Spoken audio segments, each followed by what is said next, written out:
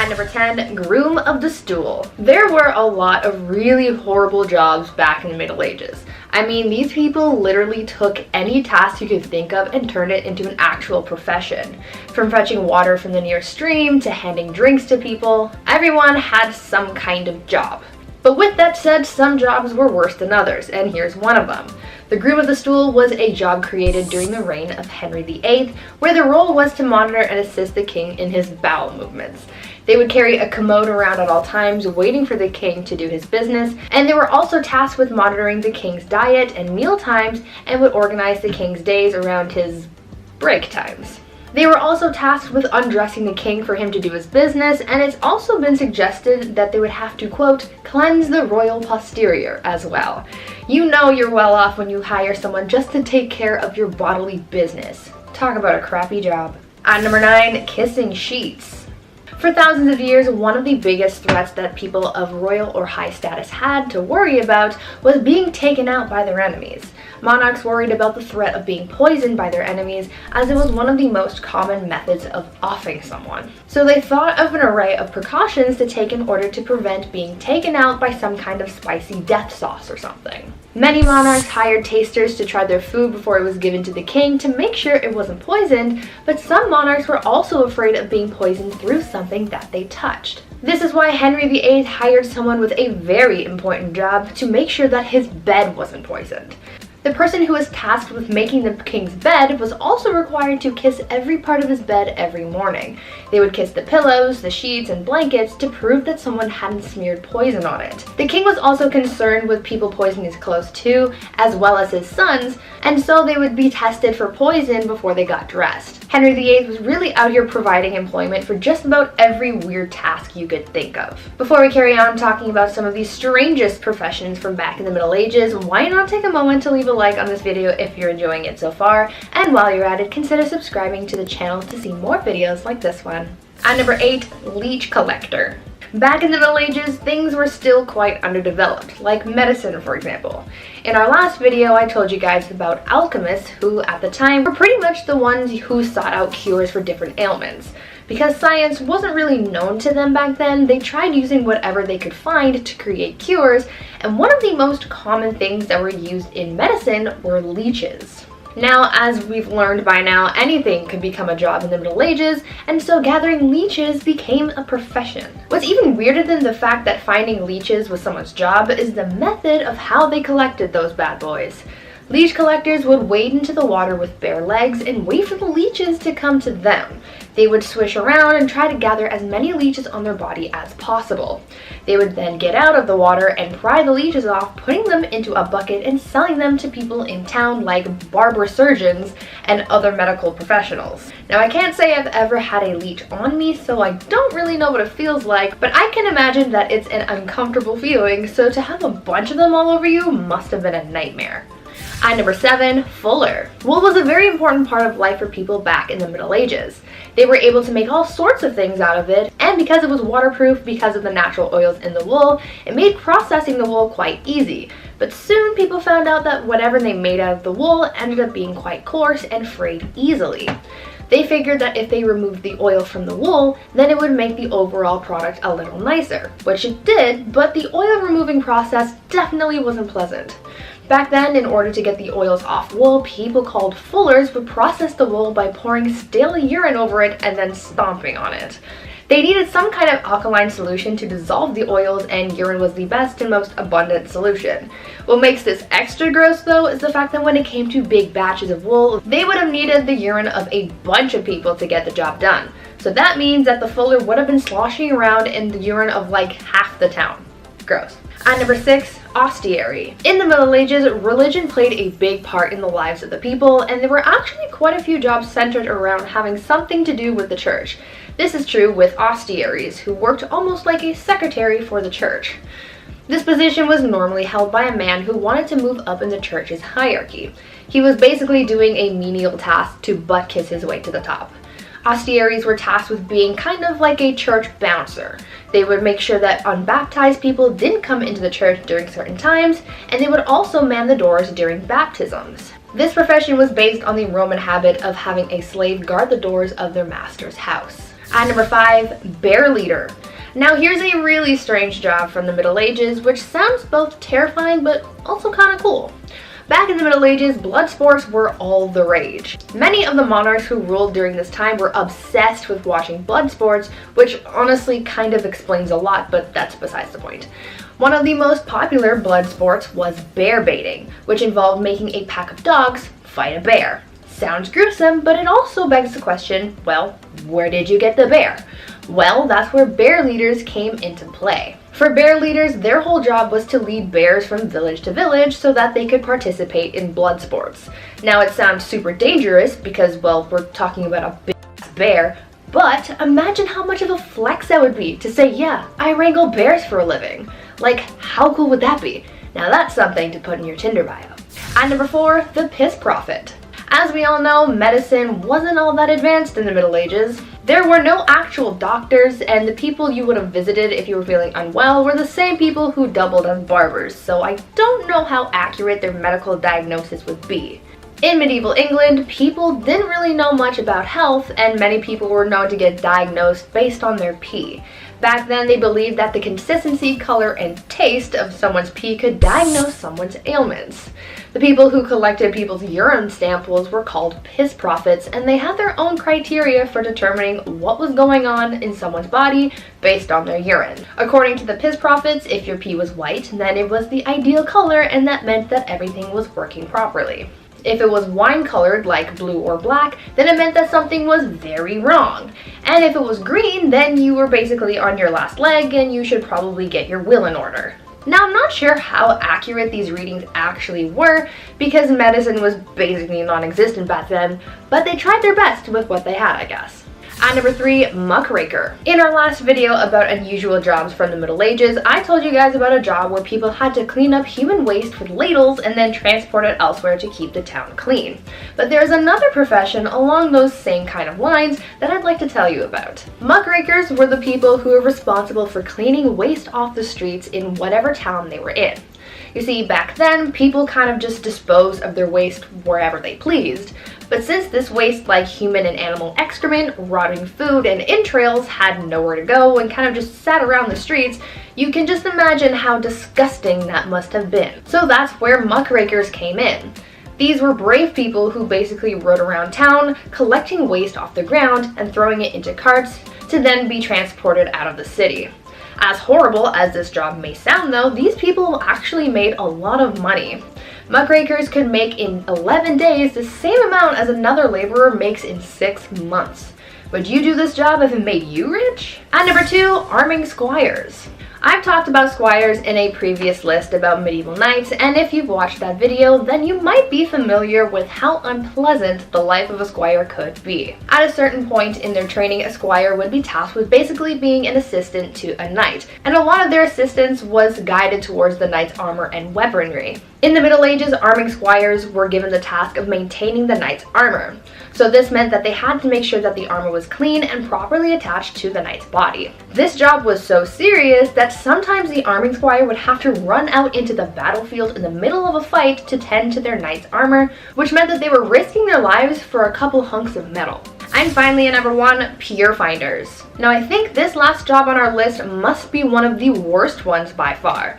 We've talked about how people harvested leeches, cleaned waste off the streets, and stomped on urine-soaked wool, but imagine if your job was just to go around the town and pick up as much dog poop as you possibly could. This was basically what people called pier finders would do. Dog poop was essentially used as a drying agent by tanneries to make leather for bookbinding. This was a lot of people's full-time jobs, but imagine how crappy this job would have been. I'll see myself out. Now I have some bad news for all you medieval peasants watching at home. The heater won't be invented until 1883, so sorry, you're gonna have to deal with some cold and rainy nights. And there were a lot of those.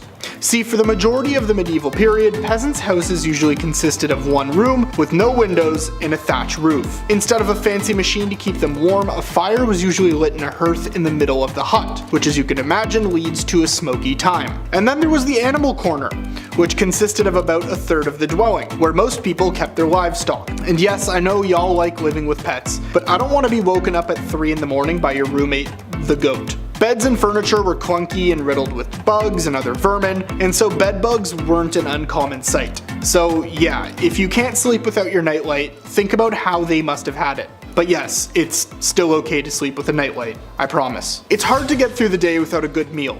Believe me. And while most people can pick and choose what they want for lunch, peasants usually didn't have that choice.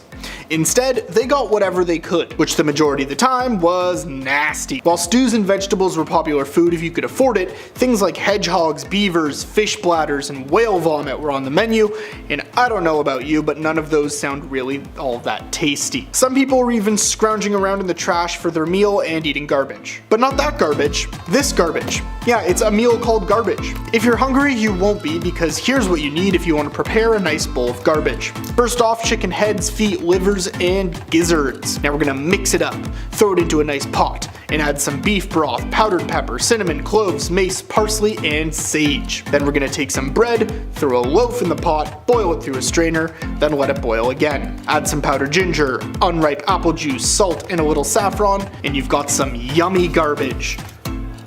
Which I don't think is a sentence I ever thought I would say. Now there were tons of horrible things women had to endure in medieval times, but probably the worst was the expectation to either be wed and procreate, or become a nun. Now I can't speak for the women watching, or for any women in that matter, but in my opinion, becoming a nun sounds pretty tempting compared to the dangers of procreation back in those times. Now I know math usually isn't fun, but this statistic is another example of that, because childbirth would kill roughly 1 out of every 3 women, or about 33%.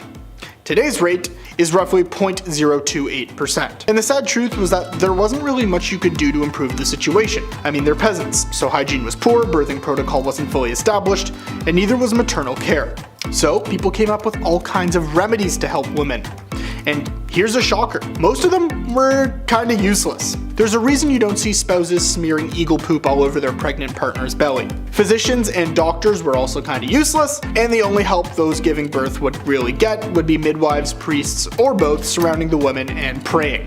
No help, just please Lord, let them live. Yeah, it turns out that wasn't the best form of help. I hate paying my taxes as much as the next guy, but if you think it's complicated today, it is a cakewalk compared to what it was like in medieval times. Rules were constantly fluctuating, and depending on how the lord in charge was feeling, you could give up basically everything just because they felt like it. So for most peasants, they had to rely on the generosity of their lord and hope that he would fix taxation at a low rate, or if they were incredibly lucky, not be on them 24/7 about payment. But if you go around Europe, levels of taxation did of course vary between the different states. So a peasant in England's tax is going to be way higher than someone in a more relaxed area like Sweden. But the tricky thing is that a lot of peasants and tradesmen had irregular incomes. I mean, you can't always predict when someone is going to buy your stuff. And so if you were going through a rough time and didn't have the monetary value that your respective lord was hoping for, you could be in for a lot of trouble. And, as you're about to find out, punishment for something even as minuscule as that could lead to drastic consequences. So, what are those drastic consequences? Well, you're about to find out. And I'm going to preface this by saying you better be thankful you never had to witness any of these. And if you did, I'm deeply sorry, but you're also probably about 800 years old. Oh, here's a fun one. It's a trial by water. We're gonna tie your arms and legs together and throw you in a lake. If you float, you're guilty. If you sunk, you've likely drowned. But you're innocent! There was also the whole burned at the stake thing and the gibbet where people would hang for days as a warning. But most of the time if they found you guilty, it was a fine, a whip, the removal of a body part, or just straight up. But one of the most common, and probably the most fun for other peasants to watch, was the pillory. What is the pillory? Well, the offender would be constrained around their back and their neck and be set at an awkward height to cause back pain, while the criminal was locked up in them. Then, the public would mock them, throw in rubbish and whatever they could find at them, which seems like a surefire way to get rid of some steam. Okay, so now picture this. You've been embarrassed in front of everybody at the pillory. Your buddy Steve just threw a tomato smack dab at your face, and you decide, yeah, now I'm gonna pack it all up and I'm gonna leave town. Yeah, good luck with that. See, records from that time show that a sizable proportion of people not only didn't get to travel to other countries, but they never even left their region or the village they were born in. good luck trying to find a place to rest along the way, because accommodation was few and far between, and usually way too expensive for a typical peasant to afford. And that's not even mentioning the robbers, looters, and whatever or whoever else is out there to get you. Plus, if you're staying outside, hypothermia is a very real possibility, and to get from place to place, you'd have to traverse rivers and streams that were used for both sewage and for drinking. But people did this because while there was disease and it was rife, houses and makeshift dwellings were packed together inside the city limits, which offered safety in numbers and perhaps even the best chance to earn a bit of money. And if you're lucky, it could give you the opportunity to get away from Steve. I mentioned robbers and whoever else is out there, but there's a very real possibility that one of them had an affinity to ending people's lives. See, according to history, extra killings in medieval England were around 10 times more common than they are today. Roughly 46% of all deaths in men of adult age were caused by violence, so as a dude living in medieval England, you had a roughly 50% chance of meeting a bloody end. I'm not a gambling man, but I don't like those odds. For example, in 1229, some buddies went on a night out, and they do as you do when you go out with your buddies, you get plastered. They got into a disagreement over their tab, and it escalated until the students and innkeepers were in a brawl that caused the townspeople to come to the aid of the innkeepers. The next day, the boys came back, armed with swords. Some hacking and slashing later, and they'd unalived quite a few and removed some limbs in the process. And that's the thing. When you give people a sword who shouldn't have a sword, they do dumb things with the sword. Which is exactly why I don't own a sword. But one place I think where it would be good to have a sword is in war. And I think that's a fair judgment. Well, I got some sad news. Not everybody was afforded that luxury. If the Lord saw fit and you were a man over the age of 18, you could be conscripted whenever. According to histories of the time, around 1 in 5 peasant men would be in military service at any one time. But contrary to popular belief, most fighting wasn't actually fighting, just sizing up your opponent before signing a treaty. But that's time you could be farming. Instead, here you are in your fancy suit fighting a battle for someone who doesn't even know you exist. You have to think about how little was in it for peasants. See, lords were often fearful of their peasants getting too powerful, which is why in most cases, they were required to bring their own weapons, and also learn to fight by themselves. So bring your pointiest shovel and your sharpest rake, because we're going to war. Oh, and now we're done at the war.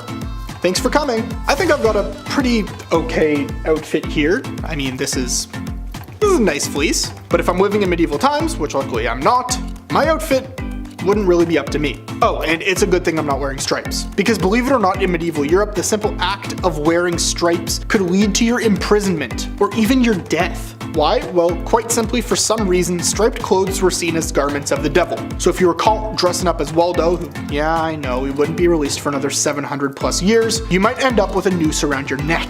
I'm not making this up. There are very real examples of this. In the French town of Rouen, a local cobbler was condemned to death simply because he'd been caught in striped clothes. If we go even further back, from the year 1250 onwards, the only people who would be caught wearing stripes were the lowest of the low in society. But it wasn't limited to just humans. Animals faced the wrath, but it's not like they had a choice.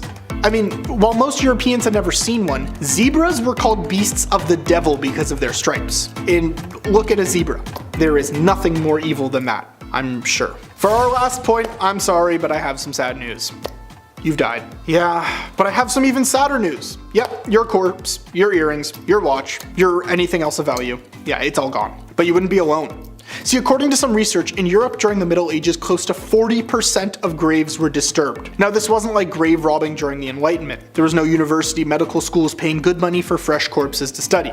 Rather, most cases of grave disturbances were just people looking for anything of value. People would be buried with a small selection of possessions. Maybe you got your favorite cup, maybe you got some other trinkets. But when times are tough, even something as small as that would be enough to tempt a thief or a peasant who just needs some money to dig up a grave. This led to a whole bunch of unmarked graves, which led to a whole lot of unanswered questions about the lives of people in those times, which led to a whole lot more things that I don't have time to talk about in this video. Number 10, Treaty of Verdun. The Treaty of Verdun, or also known as Traité de Verdun, was a contract agreed on in August 843 in which divided the Frankish Empire into 3 kingdoms among the surviving sons of the Emperor Louis I, the firstborn son and heir of Charlemagne. Long story short, all the grandsons were all at civil war with each other about who was getting what did Grant promise. The treaty followed shortly after almost 3 years of wars between the brothers. It was the first in a series of partitions contributing to the dissolution of Charlemagne's empire, and it is seen as a blueprint in which modern societies are based off of. Basically, the brothers all had to split what their grandfather had decreed his own, into land. Lothair the First, coolest name, Charlemagne's eldest son, received Francia Media, or the Middle Frankish Kingdom. Louis II received Francia Orientalis, or the East Frank Kingdom. And Charles II received Francia Occidentalis, or the West Frankish Kingdom. You and I both know the youngest got the most. Come on, I'm just gonna say it right out. Everyone likes to talk about the eldest son this and the eldest son that, but we all know the baby gets whatever they want whenever they want, don't they, huh? I'm looking at you, Taylor. Come here, man. It's true, man. The baby gets everything. Middle child? This guy didn't even exist growing up. Didn't hear from him. Number 9, underground castle. Big Chet and I are currently replaying Ocarina of Time, so in honor of Hyrule, I gotta include this medieval castle. It was once a residence during the reign of King Henry III. This castle was actually discovered recently underneath a prison yard back in 2015. The old prison castle, we love those. Shawshank Redemption 2, Medieval Edition. Super recent discovery. Archaeologists discovered walls of a castle underneath the basketball court in southwest England at a former prison. Yeah, dudes were shooting threes over top a kingdom and they had no idea. How amazing is that? This was the same castle that played part in the mid-1100s during England's Civil War. The castle actually fell later in the 1400s and the prison was built on the grounds later in the 1700s until it closed its gates forever in 2013. And then we were shooting threes and then we discovered it, of course. If I was a ghost haunting these grounds, I would make every shot miss easily. I would just float near the net, tap the ball away, like, nice try. Back to prison. Number 8, stonemasonry. So we all know about who wrote what and who translated what to what text and which language while writing what play, which was based on who. But who built all this stuff? When we think of the Dark Ages, we can't forget the megalithic Leviathan stones carved and molded together to create the enormous Gothic castles and cathedrals that are still standing to this day. How did people do it back then? Well, masons in medieval England were responsible for building. Masons were highly skilled craftsmen, and their trade was primarily used in the building of castles, churches, and cathedrals. There were 3 main classes of stonemasons. There was the apprentice, the journeyman, and the master mason. So what would a medieval construction site exactly look like? Well, of course, there's the master mason. He's usually the head and the overseer of the work, and he's the most skilled of the tradesmen. This is like the head honcho on site. We've all seen this guy walking around site. He's always angry, he's always yelling, "Hey, who's got the plans? You, give me those. What are these? Backwards, you idiot. I'm gonna put the window down there." So how did they exactly chisel out all of these castles from one giant rock? Well, they didn't. The stone had to be quarried first from quarrymen. These were not masons. Their job was to get the stone for the masons to work on out of the ground. Local stone was used first, but occasionally stone could travel vast distances, even from other countries. So I gotta drag that boulder there all the way to Scotland? Okay. Some of the most beautiful architecture ever created can be still seen across Europe. The amount of time and skill it took for these people to have designed, constructed, and chiseled such megalithic sites still baffles me. I'd be trying to read the plan still. Oh, that's north. I got it. We're good. Number 7, apple bobbing. In a time where bodies were literally piling up on the side of the road, I can't believe we got apple bobbing out of the whole ordeal. That's crazy. It seems like ill timing, but it is the Dark Ages. What can you do? Apples historically have always been a symbol of importance. The Greek golden apple started the Trojan War. Snow White's poison apple was a symbol of importance in literature and all that good stuff from growing up. And in the Middle Ages, apples were viewed as a symbol of romance and fertility. These things have roots, pun intended, of course. In medieval times, bobbing for apples was flirty. It was their version of speed dating, dare I say. What happened was all the leftover apples from the big harvest were then put into a big bucket. Each apple had a villager's name on it, and then maidens would have 3 chances. 3 chances to grab that apple with their teeth. 3 chances to win a date with the English Tad Hamilton. What a weird time. Can you imagine if this was in Game of Thrones? Reek is just shivering for 2 seasons, bobbing for Ramsay's Bolton apples. We're like, medieval times were dark, holy shit. Number 6. The feudal system, aka feudalism, was a form of structure system existing in medieval Europe in which people would work and fight for nobles who gave them protection and land in return. A social political system in which landowners would contractually bind tenants to exchange their goods, loyalty, and simple space for safety and comfort within the laws of those ruling. Basically, this is like our renter's agreement now. I'll give you a place to stay and some heat. You give me an unfathomable and overpriced amount of shillings for these extremely low ceilings. Yeah, talk about crooks, man. This system stayed in place for more than 1,000 years and managed to fizzle its way out of society somewhere in the 15th century. Not just anybody would ask to be signed to this deal. There was structure and there was order. There was a lord, aka the landowner, aka your landlord, allowing vassals, aka tenants, to rent the land by providing services, especially military services. Yeah, you can stay here, but once in a while we're gonna need you to dump a bunch of boiling water and over that wall. Is that cool?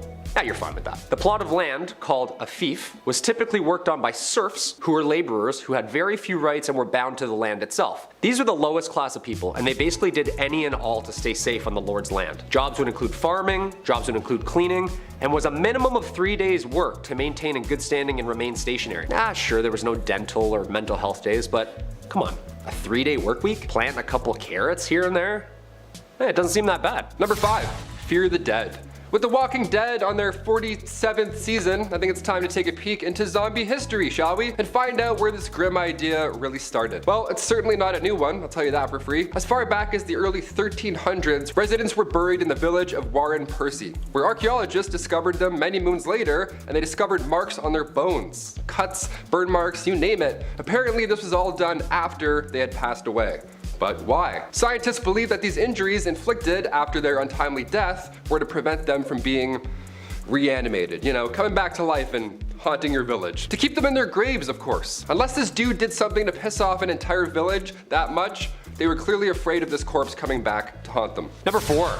Studia Generale. This period also saw the birth of what we call the modern university. This was a culmination of material translated and taught to provide a new infrastructure to scientific scholars. Some of these new universities were registered by the Holy Roman Empire as an institution of international excellence, giving it the title Studium Generale, or better known as Studia Generale. Most of the early Studia Generale were discovered in Italy, Spain, England, and France. These places of study were considered the most prestigious places of learning in all of Europe. I bet you the school hoodies were still so expensive. Just someone's old textbook with a mustache drawn on Marcus Aurelius. The listed number of institutions began to grow as new universities were founded throughout Europe. As early as the 13th century, scholars from the Studia Generale were encouraged to speak and lecture courses at other institutions within Europe to share documents and information, which led to the current academic culture seen in modern universities today. It's a TED Talk, come on. There had to be one cool professor back then, like the guy who lets the class teach itself, orders pizza, has tenure, and hates the monarchy. Number 3, medieval taverns. Say you want to grab a pint with the local lads. Where do you get an IPA in the Dark Ages? Where do we get a 6-pack of Arthurian ale? Well, this is the medieval ages, so instead of venturing through the woods to hopefully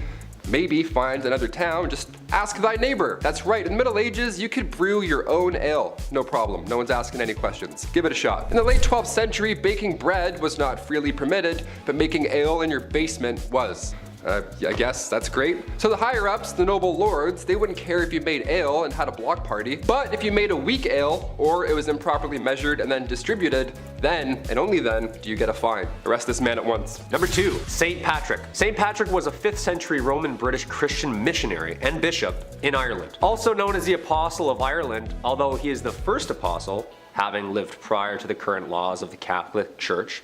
He is considered a saint in the Catholic Church and is regarded as the enlightener of Ireland. The dates of Patrick's life are not certain, but there is a consensus that he was active in Ireland during the 5th century, making his rounds as a missionary, speaking the good word of God. But let's get into what everyone talks about with this guy. The good stuff, like slamming a green Guinness or getting all the snakes out of Ireland. I mean, I love the structure and the faith and stuff, but also chasing every snake out of an entire country with a walking stick. Shoo! Shoo, you fool, you bleeding bleeder, go! Go! Do you know how big Ireland is? St. Patrick's Day is on March 17th, the supposed date of his death in 461 AD. It is enjoyed inside and outside Ireland as a religious and cultural holiday and remains a celebration of Ireland itself. And finally, number 1, dancing plague. A medieval plague, but make it groovy. Yeah, let's start dancing. That's right, the dancing plague. This was a real danger back in 1518. I'll try not to laugh, but I'll try. This was perhaps one of the weirdest events in history. Fra Trafea was the first victim of said plague. She was moving her body around frantically, so much so that it resembled a dance or something, in the middle of the Holy Roman Empire. And as if that wasn't weird already, dozens of others began to join. And then more, all moving their bodies with a similar, wacky, frantic twist. This was long before Chubby Checker came along, so we still have no idea what was going on here. Like, we're out of guesses at this point. This twist lasted for months. People were dropping on the spot. It was scary and confusing. In total, there were around 400 victims that fell to this mysterious illness. That's a lot of deaths. That's a lot of real deaths. This was documented in 16th century historical records, so I don't think the story is made up per se. No one would make this up. It's terrifying. A Catholic saint at the time, Saint Vitus, was believed to have the power to curse people with said dancing plague. What an amazing power also. Guy starts moonwalking away, you're like, beat it. Some suggest this was a cult, others believe they ate toxic rye. Who's to say for sure? Either way, we're all dancing. At number 10, we have blowing your nose in public. We are starting off strong because this was far more absurd than even I could imagine. For it to make sense, we have to start from the beginning. In 12th century Newmarket, horse racing made its debut, but didn't become popular until the 16th century, which is when it really started to gain traction. And that was when many laws surrounding horses were put in place. In Newmarket particularly, it became really big for business. So there were lots of horses and they needed to be protected in order for them to race properly at full health. One of the laws that was put in place was being unable to blow your nose in public because they didn't want the horses getting sick. Not only was it blowing your nose, but if you exhibited any other symptoms of illness while in public, it could have resulted in mild trouble or a fine. They did not mess around with their horse's health. At number 9, we have the ordeals. Punishment in the Dark Ages, whether it be non-consensual chiropractics on the stretcher or a hot pail and a couple of rats, it was seriously concerning. Well, up until 1215, if peasants were accused of a crime, they would have to go through an ordeal to prove their innocence. There were 3 different types of ordeals. There was ordeal by fire, where a person would carry a burning hot rod for 3 meters, then their wounds would be bandaged. They would sit and wait for 3 days, with the wound still bandaged, and when the bandage was removed, the state of the burn would determine whether or not they were innocent. If the burn was healing, they were innocent, and if they weren't healing, they were guilty. There was ordeal by water, which is where the accused person would be thrown into a body of water. If they floated, they were innocent, and if they didn't, they were guilty. The third ordeal was combat, where they would literally fight to prove their innocence, and if they didn't complete the trial, they were guilty. It was in 1215 where the jury system was introduced, which was far more humane, considering there was a lot of flaws in the ordeal process. At number 8, we have entering the House of Parliament armed. This practice began in the 13th century and was actually never abolished, so it is technically still active to this day. What happened was that Edward II had made a lot of people he was ruling very angry. So to avoid a peasant uprising with weapons and armor, and other things he couldn't fight back against himself, he enforced the law of being unable to enter the Parliament building in armor or while armed, because that was considered a threat to a higher-up, and was a punishable offense. It was also punishable to enter the Parliament building using force. So while the law itself has some logic behind it, it was put in place for all the wrong reasons, to protect a tyrant of a ruler, which makes no sense. At number 7, we have eating more than 2 courses. This one also has some logic to it, but still really makes no sense. In the Dark Ages, there were a lot of laws in place that determined what lower class townsfolk could and couldn't eat. This was put into place so the lower class couldn't resemble or live as lavishly as the upper class and royalty. It began in the mid-13th century and wasn't repealed until the mid-18th century. What the punishment was unclear, and there are no documented punishments for the act, but it was heavily frowned upon. The details of the law were that a regular man could not eat an excessive amount of meats and dishes that nobles were eating. A man must be limited to 2 dishes, with the exceptions for holidays like Christmas, where they were allowed to have 3 courses. Something else to note is that soup was considered a full course meal and not just a sauce. So if you were having soup, you had to choose your second course wisely. Thankfully, we don't have any laws like that today, because that would make family events really awkward. At number 6, we have scheduled baby making. Fornication is part of a human's animal nature. It's how we all came to be. But in the Dark Ages, there were only specific and dedicated times when a couple was allowed to go at it, because of religious laws. They were only allowed to do the deed on Monday, Tuesday, and Wednesday because they were required to start preparing for the church services on Sunday on Thursday. Saturday, it was allowed as well, but not everyone participated on the day because it was the in-between the preparation and the Lord's Day. Throughout the year, there were other lengths of time where it wasn't allowed, like the 47 to 62 days of Lent, which is in the spring, and the 35 days leading up to Christmas, December 25th, and the 40 to 60 days around the time of the Feast of the Pentecost. To make matters worse, women were not allowed to make eye contact with their husbands, or any other man for that matter, during these times, because eye contact was believed to be a temptation and was frowned upon during times when no action could be taken. And if she was caught making eye contact, she would have been punished for it, which in reality also makes no sense. At number 5, we have hunting royal game. This goes for hunting the king's deer and catching the king's fish. It started with the deer in the late 11th century. What made it more difficult was after the conquests of England, a lot of local land was deemed royal land, and locals were not allowed to hunt on it and would be punished if they took one of the king's deer. The punishment for this was to be blinded or worse. It was repealed in the early 12th century. As for the fish, the laws were put in place in the 13th century and were never abolished, except it was slightly different. There was no set punishment for catching the whales and sturgeons, but if they were washed up on shore, they were to be offered to the monarchs first before the locals were allowed to have it. Nowadays, it makes no sense because many other laws in place override it. But in 2004, a Welsh fisherman caught a sturgeon and offered it to the Queen. Just an interesting fun fact for you. At number 4, we have having your tongue removed. Some people like to spread rumors or talk trash behind others' backs, or even make up things for theatrical effect. Well, in the Dark Ages, you could have your tongue removed from your mouth for spreading misinformation or using the Lord's name in vain. The church viewed blasphemy as a very severe crime, considering the church ruled just about everything, alongside the monarchs at the time. So if you were caught spreading a belief that did not align with the church, you would be punished. So removing the tongue would leave the convict mute for the rest of their lives, therefore sufficing for the crimes. They would also be stoned or left in a rope for the crimes depending on how long they were committing said blasphemy, as well as the context of the information. Just another example of medieval control tactics which in today's world make no sense. At number 3, we have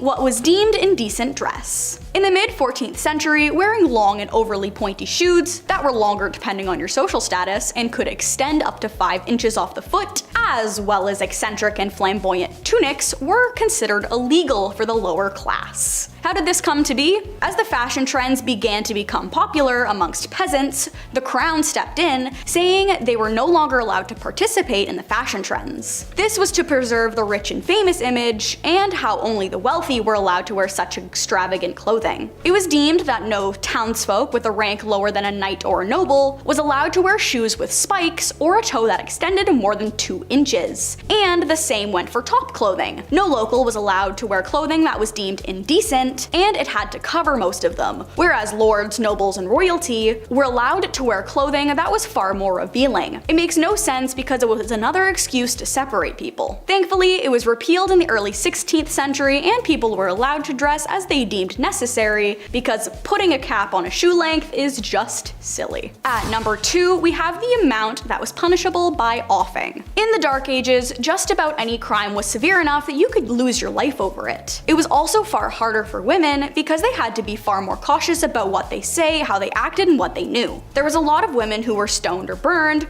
for having moles that were deemed too large to be human, or for having birthmarks that were immediately noticeable. They would also be offed for being able to read, being able to understand math, being old and having a cat, and simply existing because they were witches and they were the reason the entire town was down on their luck. And that's just women. Talking back to royalty was punishable by meeting the end, and a lot of their methods to get people to confess or regret their crimes led to meeting their very unfortunate demise. It was really unethical and doesn't really make much sense in the grand scheme of things. And last but not least, at number 1, we have playing tennis and soccer was forbidden. Football, or soccer, was banned in the late 13th century because it was deemed to be too violent, considering fatalities while playing was a common occurrence. The games would get very aggressive and would often break out in fights as well, which, while that aspect is similar to today's soccer, it was very different from the soccer/football we know today. It was originally banned in England in order to keep the peace while Edward II was in Scotland. Then it was banned nationally towards the end of the 13th century. As an alternative, the locals were encouraged to practice archery, so they had some sort of method of defense when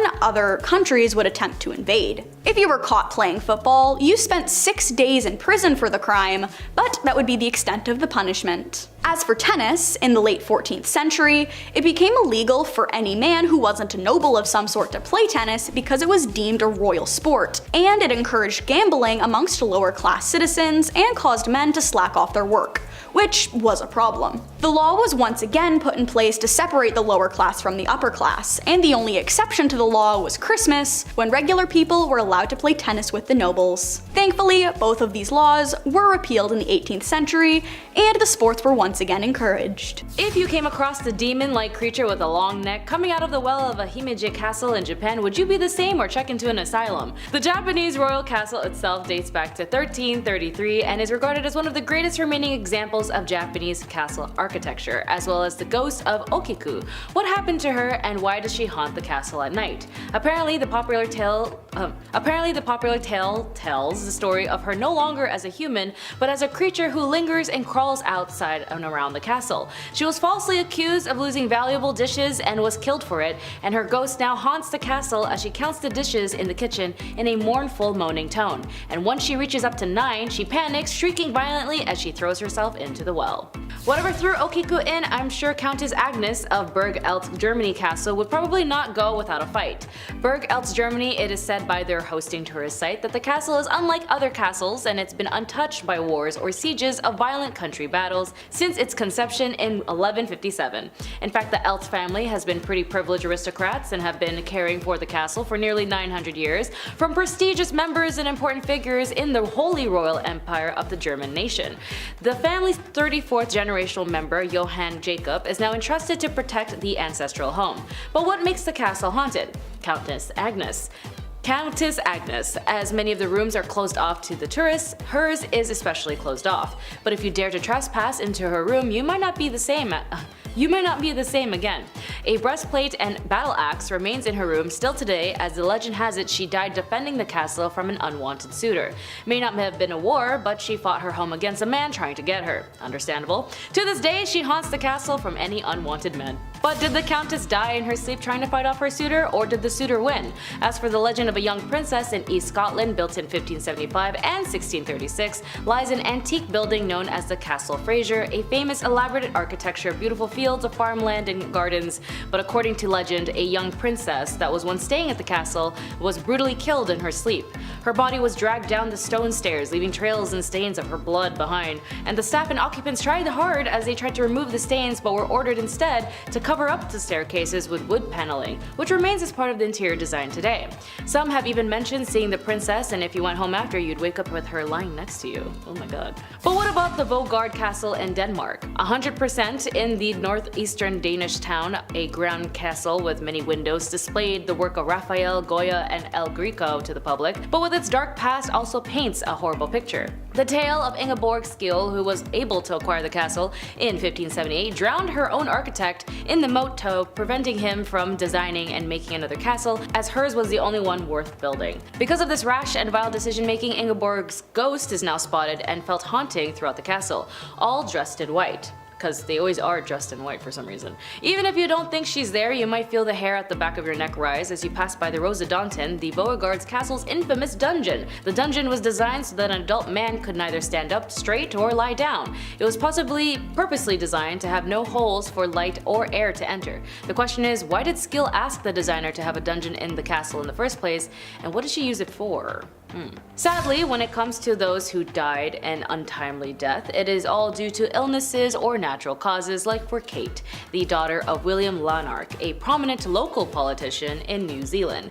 He had built the Lanark Castle between 1871 and in 1887, where he served as a resident. He built the castle as a birthday present for his daughter Kate for her 21st birthday, but unfortunately, when she did turn 26, she died from typhoid fever.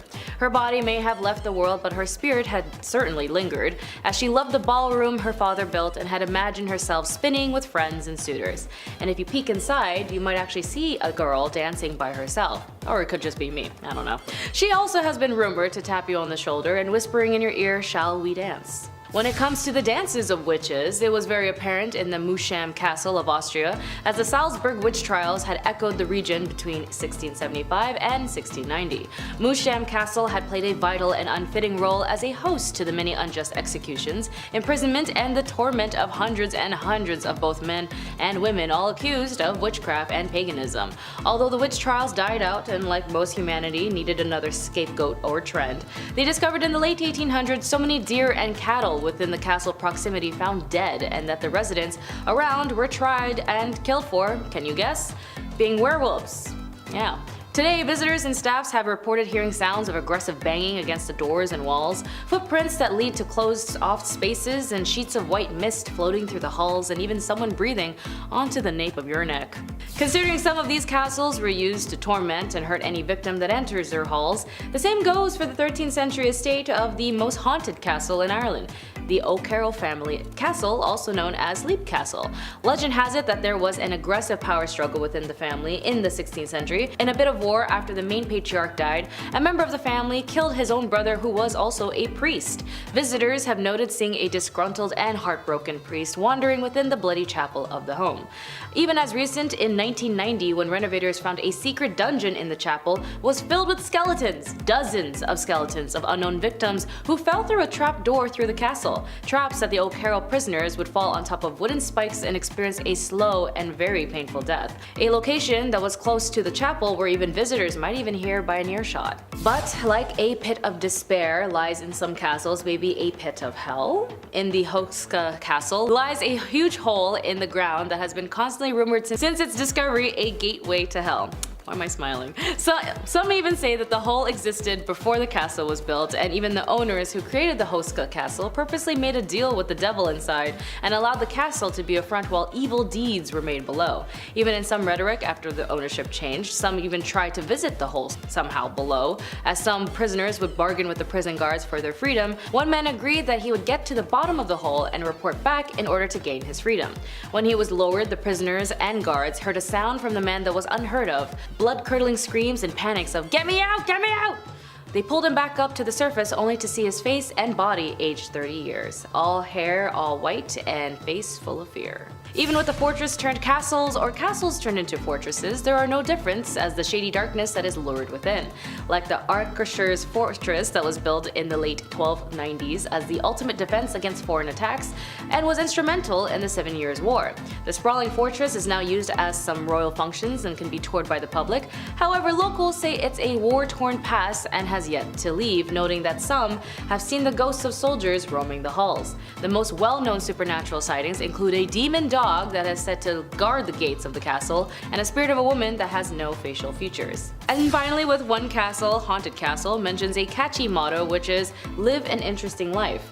The BumbleBee Castle, located in Ireland, was initially built by the Hodnet family. After many years and many witnesses of the battles, it was also used as an occupied and modified location for the Irish Army during the emergency to serve as a defense structure in 1939 to 1945. Mindful of its ghostly history, John, the previous owner of the castle, took precautions, inviting a local clergy to perform an exorcism on site and to bless the structure going forward. The history involving with the castle refers to Lady Margaret, who once walked through the castle looking for mirrors. She used to be a great beauty and had many suitors come line up. When she was forced to starve for a year from one suitor named Clon Rockenby, she finally lost her mind and her looks and smashed every mirror in the castle. Some witnesses say that her spirit had no face, while others say she would manifest wearing a veil to cover her sad and heartbroken face, looking for herself in mirrors. Number 10. Naughty naughty! There's a reason we don't do things like we did in ye olde times. We didn't know, but now we do. So there's really no excuse for acting up. A very common practice for marriage back in ye olde times was to marry a girl at the age of 12. And in case you're wondering, no, the man was nowhere close to the same age. Yes, it's just as gross as you think. No, I'm not happy talking about it, but that's just the way things went. I can just imagine how happy those young ladies were when their parents came to them and said, listen, the lord across town fancies you and the dude's got the bag. So you're gonna marry him so mommy and daddy can get the bag too. That's just one example of the medieval business transaction. I mean, marriage. Marrying for love. Number 9. Pull up a chair. The people of my generation either struggle to phone the doctor to make an appointment because of crippling anxiety, or they flaunt it on OnlyFans. There's no in between. However, I still think most people would feel uncomfortable finalizing their marriage in front of a party of witnesses. I honestly cannot think of a more awkward situation. Do you cheer them on? Are there sports commentators talking about the moves? Are there snacks? You could be there for 30 seconds, or 10 minutes depending on who you're watching. It just seems like a lot of unpleasant viewing to walk out of a room later to then all agree that yes indeed, that couple is married now.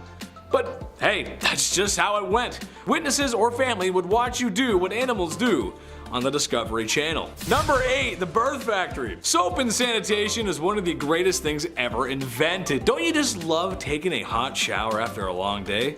Oh, I know I do. Hygiene was not the greatest back then, and while not the only factor, it did contribute to a high infant mortality rate. It was just one of the many factors. So, when young women were married, and married rather quickly, it was time to start pumping babies out. It's more of a quantity over quality kind of thing. Before marriage was declared a holy sacrament, these things were happening everywhere. Pubs, town squares, heck, even in your house. Now, for the people at home, can you tell me how you feel about the holy sanctity of marriage? Especially after you've been married for more than 10 years. Does it feel good? I bet it does. Number 7, wrapped up. One of the weirdest superstitions and traditions that still carries on today is that the bride cannot be seen by the groom before she walks down the aisle at the wedding. Why? Well, it's bad luck. After all, that could ruin a marriage. Not like any other factors would have a hand in that. Like in-laws from hell, or spending way too much money on the wedding, putting you in crippling debt right as you're just about to start your life together, right?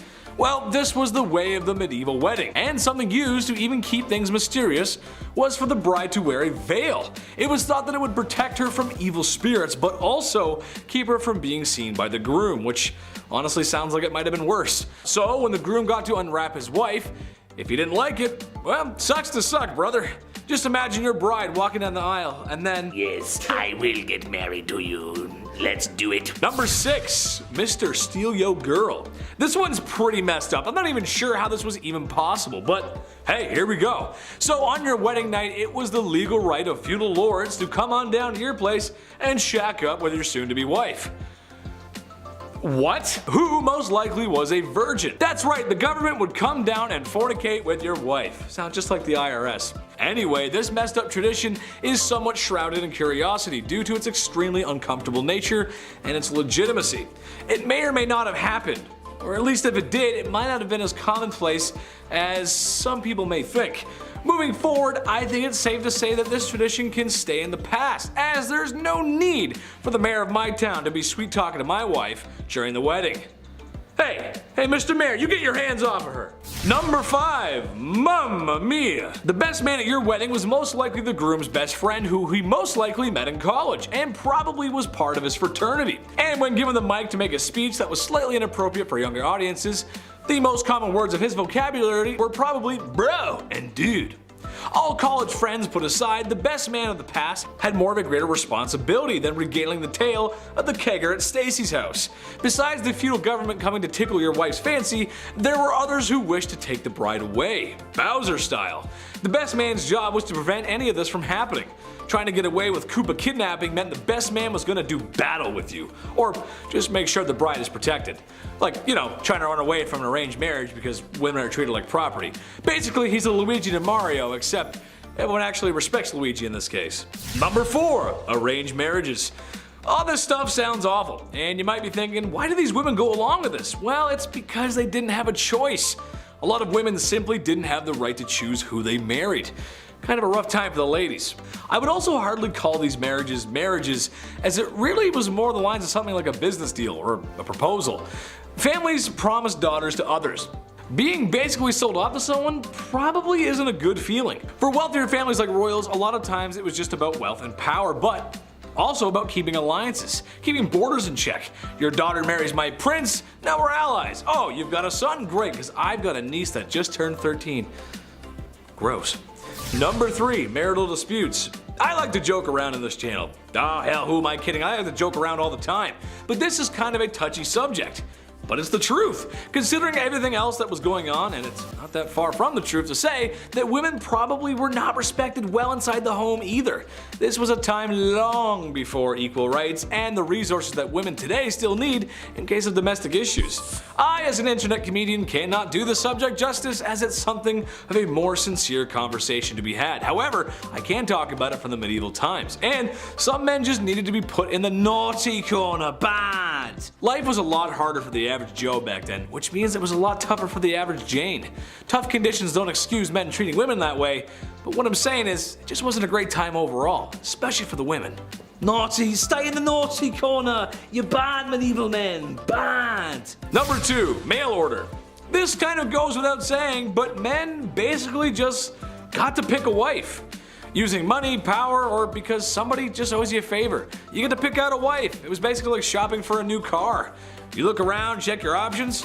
Remember, this is the time when women were treated as property. Perhaps the biggest divide between men and women back then is that while men treat marriages like business or political agreements, they are still looking for love, where for a woman, she just doesn't have that option. Sometimes marriages go bad, but can you imagine what it would be like to be in a marriage you didn't even want to be in from the start? Man, that's rough. Number 1, married games. This one is just too weird not to mention.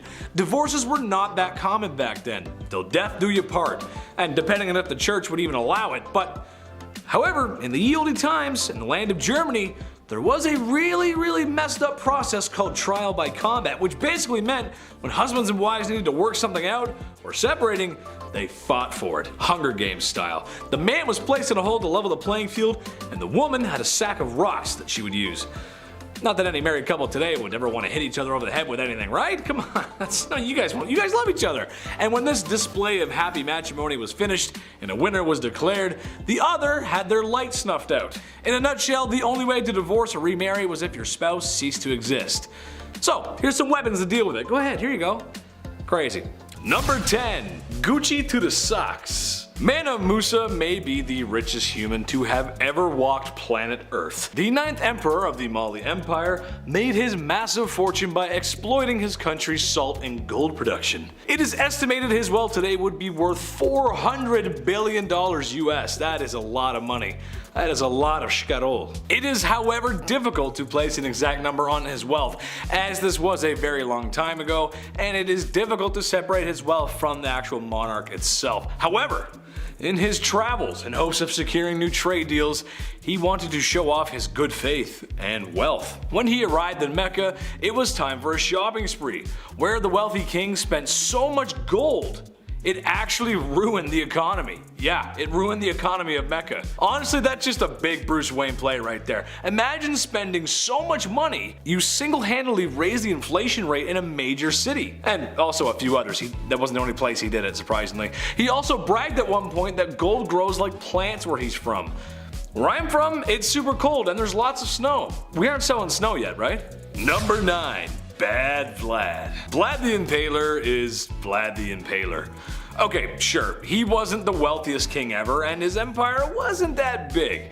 But listen, I called the chief last night and he said he ain't it.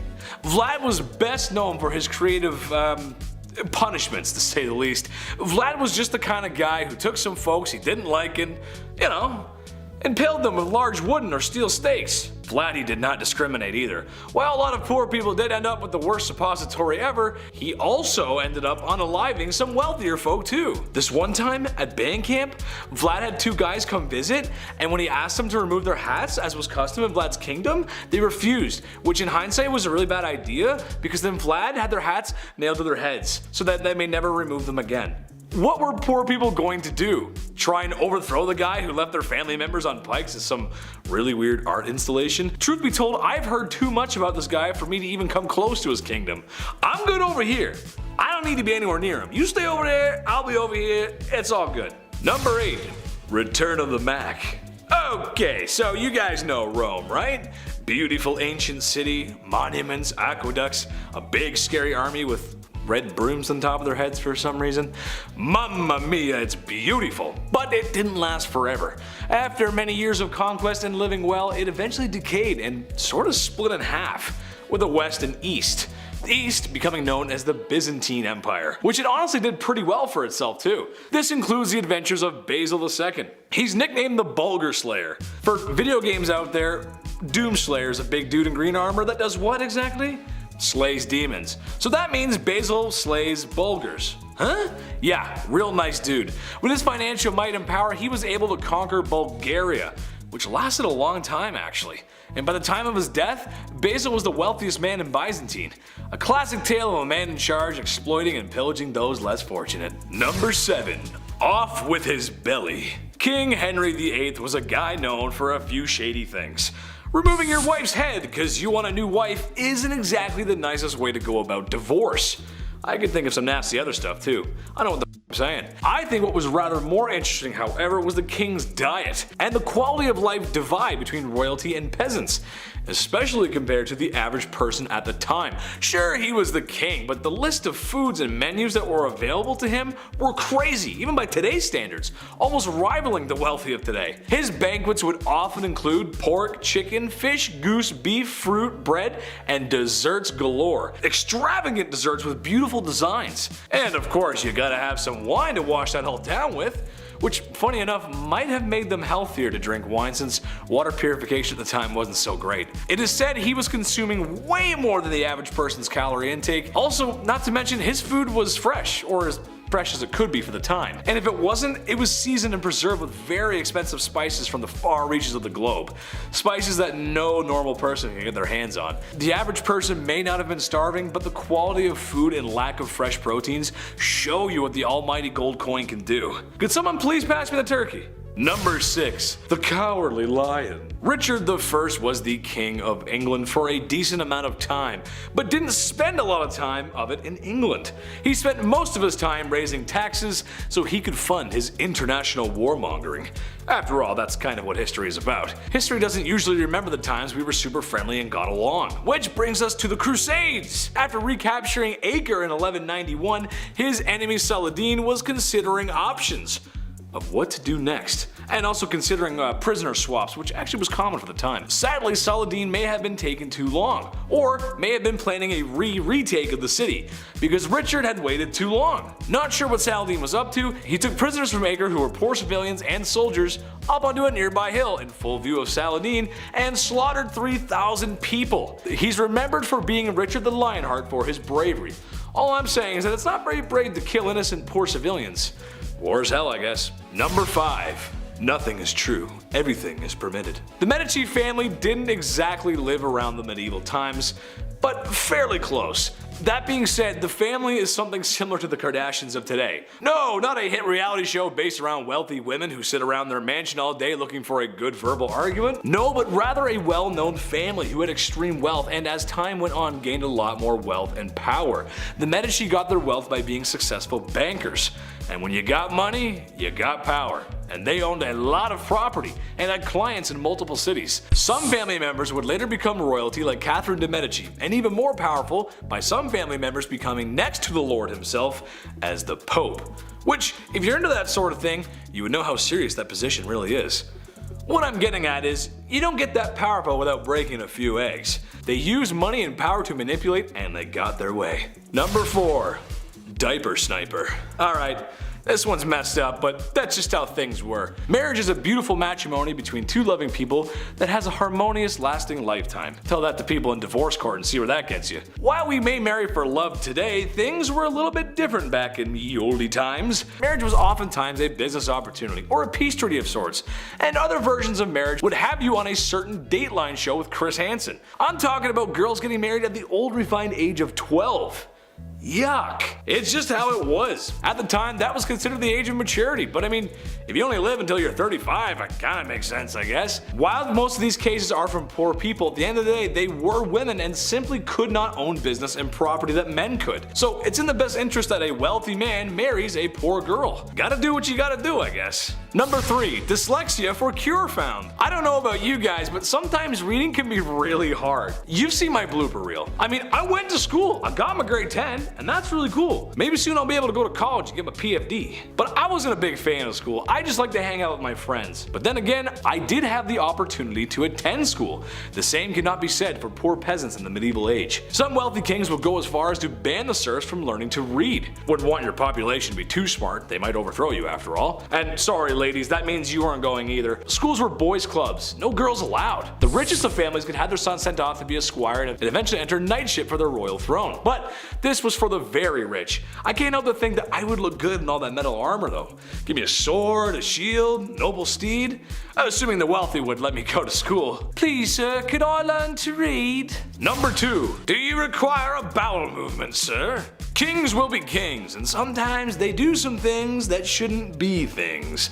Meet the royal groom of the stool, a man who must follow the king around with a ye olde porta potty, or really just a bowl, where he would be ready to assist the royal in a release of his bowels. Originally created by King Henry VIII, the groom's job was to assist the king with a box to relieve himself, also carrying towels and water, even monitoring the outcome of such daily events. After all, he's the king, gotta keep tabs on his diet. It's also rumored that the kings may have even required assistance in hygiene after the fact. Which, I mean, come on, I know we all need help sometimes, but that's a tad much. With all the disease and not hand washing at the time, I'm not really sure anyone ate food ever again. Ooh. Number 1. Dead end job. Wiping a royal bum is tough, but cleaving a man's head from his body kinda sucks too. The rich uphold the law, and that means when it's time for the death penalty, somebody's gotta do it. Somebody with less money and somebody who might not have a choice, as professional unalivers at the time often were handed down the blood-soaked acts of their kin. On one hand, you have law and order that is respected. On the other hand, you have a profession that sees law and order through, but is not that well respected. Makes sense that the job kinda sucks though. Unalivers often had to practice their skills and eventually work their way up to the real McCoy, practicing on pumpkins, animals, and eventually criminals. If they got it wrong, i.e. too many swings of the axe, people would rush and attack their unaliver. Despite what movies and cartoons may make you think, these people did have empathy for what they were doing, and because of their social status, a lot of them lived lonely lives. Number 10, beauty sleep. When you go to bed at night, ideally you want 8 hours. Me, personally, I'm lucky if I get like 6. I don't know, I'm like a child. I'm restless at night. I'm kicking around, I'm making weird noises. It's insane, it's problematic. Maybe I should see someone. If this were medieval times, however, I'd be set. See, back in the Dark Ages, it was common to have 2 4-hour naps at night rather than one swift 8-hour slumber. See, many believe this was to tend to a fire, or hopefully not a fire. You know, gotta wake up, make sure things aren't gone. It's medieval times, it was rough. You wake up, throw a log on, yawn, and then hop back into your pile of hay. I don't know, whatever they had back then. Good times. This system of waking up after 4 hours, it sounds like an unhealthy inconvenience, but in reality, historical accounts suggest that people in the Dark Ages generally slept for longer periods of time, despite their sleep being interrupted by periods of wakefulness. They slept longer due to the fact that, light bulbs didn't exist yet, so lava lamps weren't a thing, neither were alarm clocks. So people would often go to bed shortly after sunset and wake up with the sunrise, so that's a good rest. That's a good medieval rest. That's like 12 hours. Number 9, the Norse disappearance. I just watched The Norseman. I'm gonna start barking at people now when I'm on the subway, just to, get my old roots back, my old Norse roots. There are several theories regarding the disappearance of the Norse from Greenland during the Dark Ages, right? Where did they go? Where does a Norse Viking go? That's a little concerning. Where'd that guy go with the beard and the hatchet? That's a little important. One theory suggests that climate change played a significant role. The Little Ice Age, which began around the 14th century, that led to a decrease in temperature and a shorter growing season. Of course, making it difficult for the Norse to farm and raise livestock and, have that big mighty beard and eat good. This could have resulted in a decline in food production, leading to famine and ultimately the collapse of Norse settlement. Another theory suggests that the North were Another theory suggests that the Norse were unable to adapt to the harsh conditions of Greenland. The Norse were used to living in more temperate climates, and the extreme conditions of Greenland could have been too difficult for them to endure. They're a little too hot for comfort. Finally, there's a theory that the Norse were driven out by the Inuit, who had been migrating into Greenland around the same time as the North. So a little bit of a beef happened there, a little West Side Story with Vikings, if I may. The Inuit were skilled hunters and fishers, and their presence could have put pressure on the North settlement, ergo war. But it's likely that the combination of these factors contributed to the disappearance of the North altogether, so exact reason, that's still a mystery. I vote the Inuit though. There's probably some beef. There's probably some settlement beef. Number 8, Green Children of Woolpit. Now this is a medieval story that tells the tale of 2 children who randomly appeared in the village of Woolpit in England, but they showed up with green skin and they spoke an unknown language. So aliens confirmed, for sure aliens. I wouldn't even open that door. The children were taken in by a nice local landowner, and although they were initially very distressed and refused to eat any human foods, they eventually adapted to their new surroundings. Again, green children, didn't speak English, aliens. Reminder. The boy eventually learned to speak English over time, and he explained that he and his sister came from a land where the sun does not shine and everything was green. Yeah, it's like Avatar 3 going on. Something's going on out there. Sometimes the grass is greener on the other side, but sometimes the people are also green. That's fun. That's a fun little bit. Bunch of incredible hulks in a place where there's no sun. Sounds nice and warm and welcoming. Lovely. Let's find out more. The origins of the story, of course, remain a mystery, with various interpretations ranging from folklore to my personal favorite, extraterrestrial encounters. Love aliens, love that. Grew up watching Signs. You tell me in the comments, did this happen? Are these aliens? Were these just random children? Is this all bullshit? Who knows? Number 7, Shroud of Turin. The origins of the Shroud of Turin, a piece of cloth that bears the image of one Jesus Christ, a crucified man, shrouded in mystery it seems. According to tradition, the shroud was used to wrap the body of, again, one Jesus Christ after his crucifixion, and many Christians believe this right here to be the burial cloth of Christ. I pointed like I actually have it here. I don't have it here. I wish I did. That would be great. We get a lot of likes, but no, it's over there. However, its authenticity is the subject of ongoing debate, of course, because, I mean, who really knows? The shroud first appeared in historical records in the 14th century, and it's been housed in Turin, Italy, since the late 16th century. Again, that's a pretty mighty piece of cloth right there. Next national treasure. Nicolas Cage has to grab that and put it in his pocket like a cowboy. Number 6, John Cabot's fate. John Cabot, he was an Italian explorer who sailed under the English flag, and he's known for his voyages to North America in the late 15th century. His final voyage in 1497, this was intended to establish English trade and settlements in the New World. But Cabot, he set out with a small fleet of ships from Bristol, England, and he sailed along the eastern coast of North America. However, something happened. He encountered difficulties, I guess one could say, including rough weather and a mutiny among his crew, which is much worse than a storm, I would say. And his fate remains unknown to this day. That rhymed, Dr. Seuss, love it. Some historians believe that Cabot may have perished at sea, while others speculate that he may have made it back to England and then died there. So, how did he go? Was he eaten?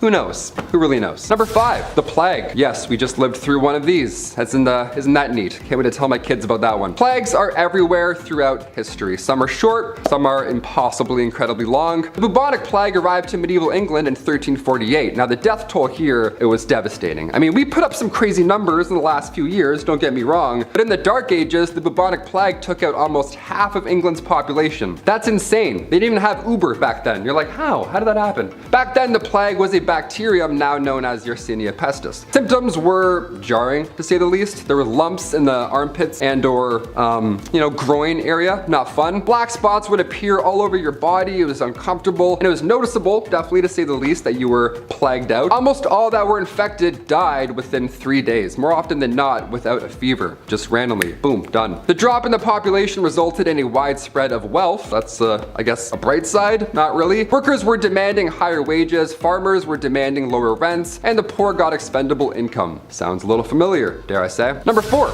Greek fire. One's absolutely crazy. Greek fire was a weapon used in medieval times. It was particularly used by the Byzantine Empire, and it was known for its ability to burn even when submerged in water. Yeah, almost like magic, some would say. Some scary, hot magic. The composition of Greek fire was a closely guarded secret, but it was known to be a highly flammable liquid that could be projected from tubes onto enemy ships or soldiers. So yeah, they would just blast liquid lava at you, and then they're like, yeah, war's done, just like that. Like in Game of Thrones, where it's just green fire. It was kind of like that. Greek fire was often used in naval battles and set enemy ships ablaze in 4 minutes or less, and its use was a significant factor in the success of the Byzantine Navy. The exact ingredients and recipe for Greek fire, like I said, they have been lost to history, and its composition remains a subject of debate and speculation among historians. Let's hope we don't find this one. I don't know, let's find some pharaohs, mummies, tombs, treasures. That's great. Some guy's like, oh, the recipe for liquid lava that we can shoot at people. Awesome, let's do it.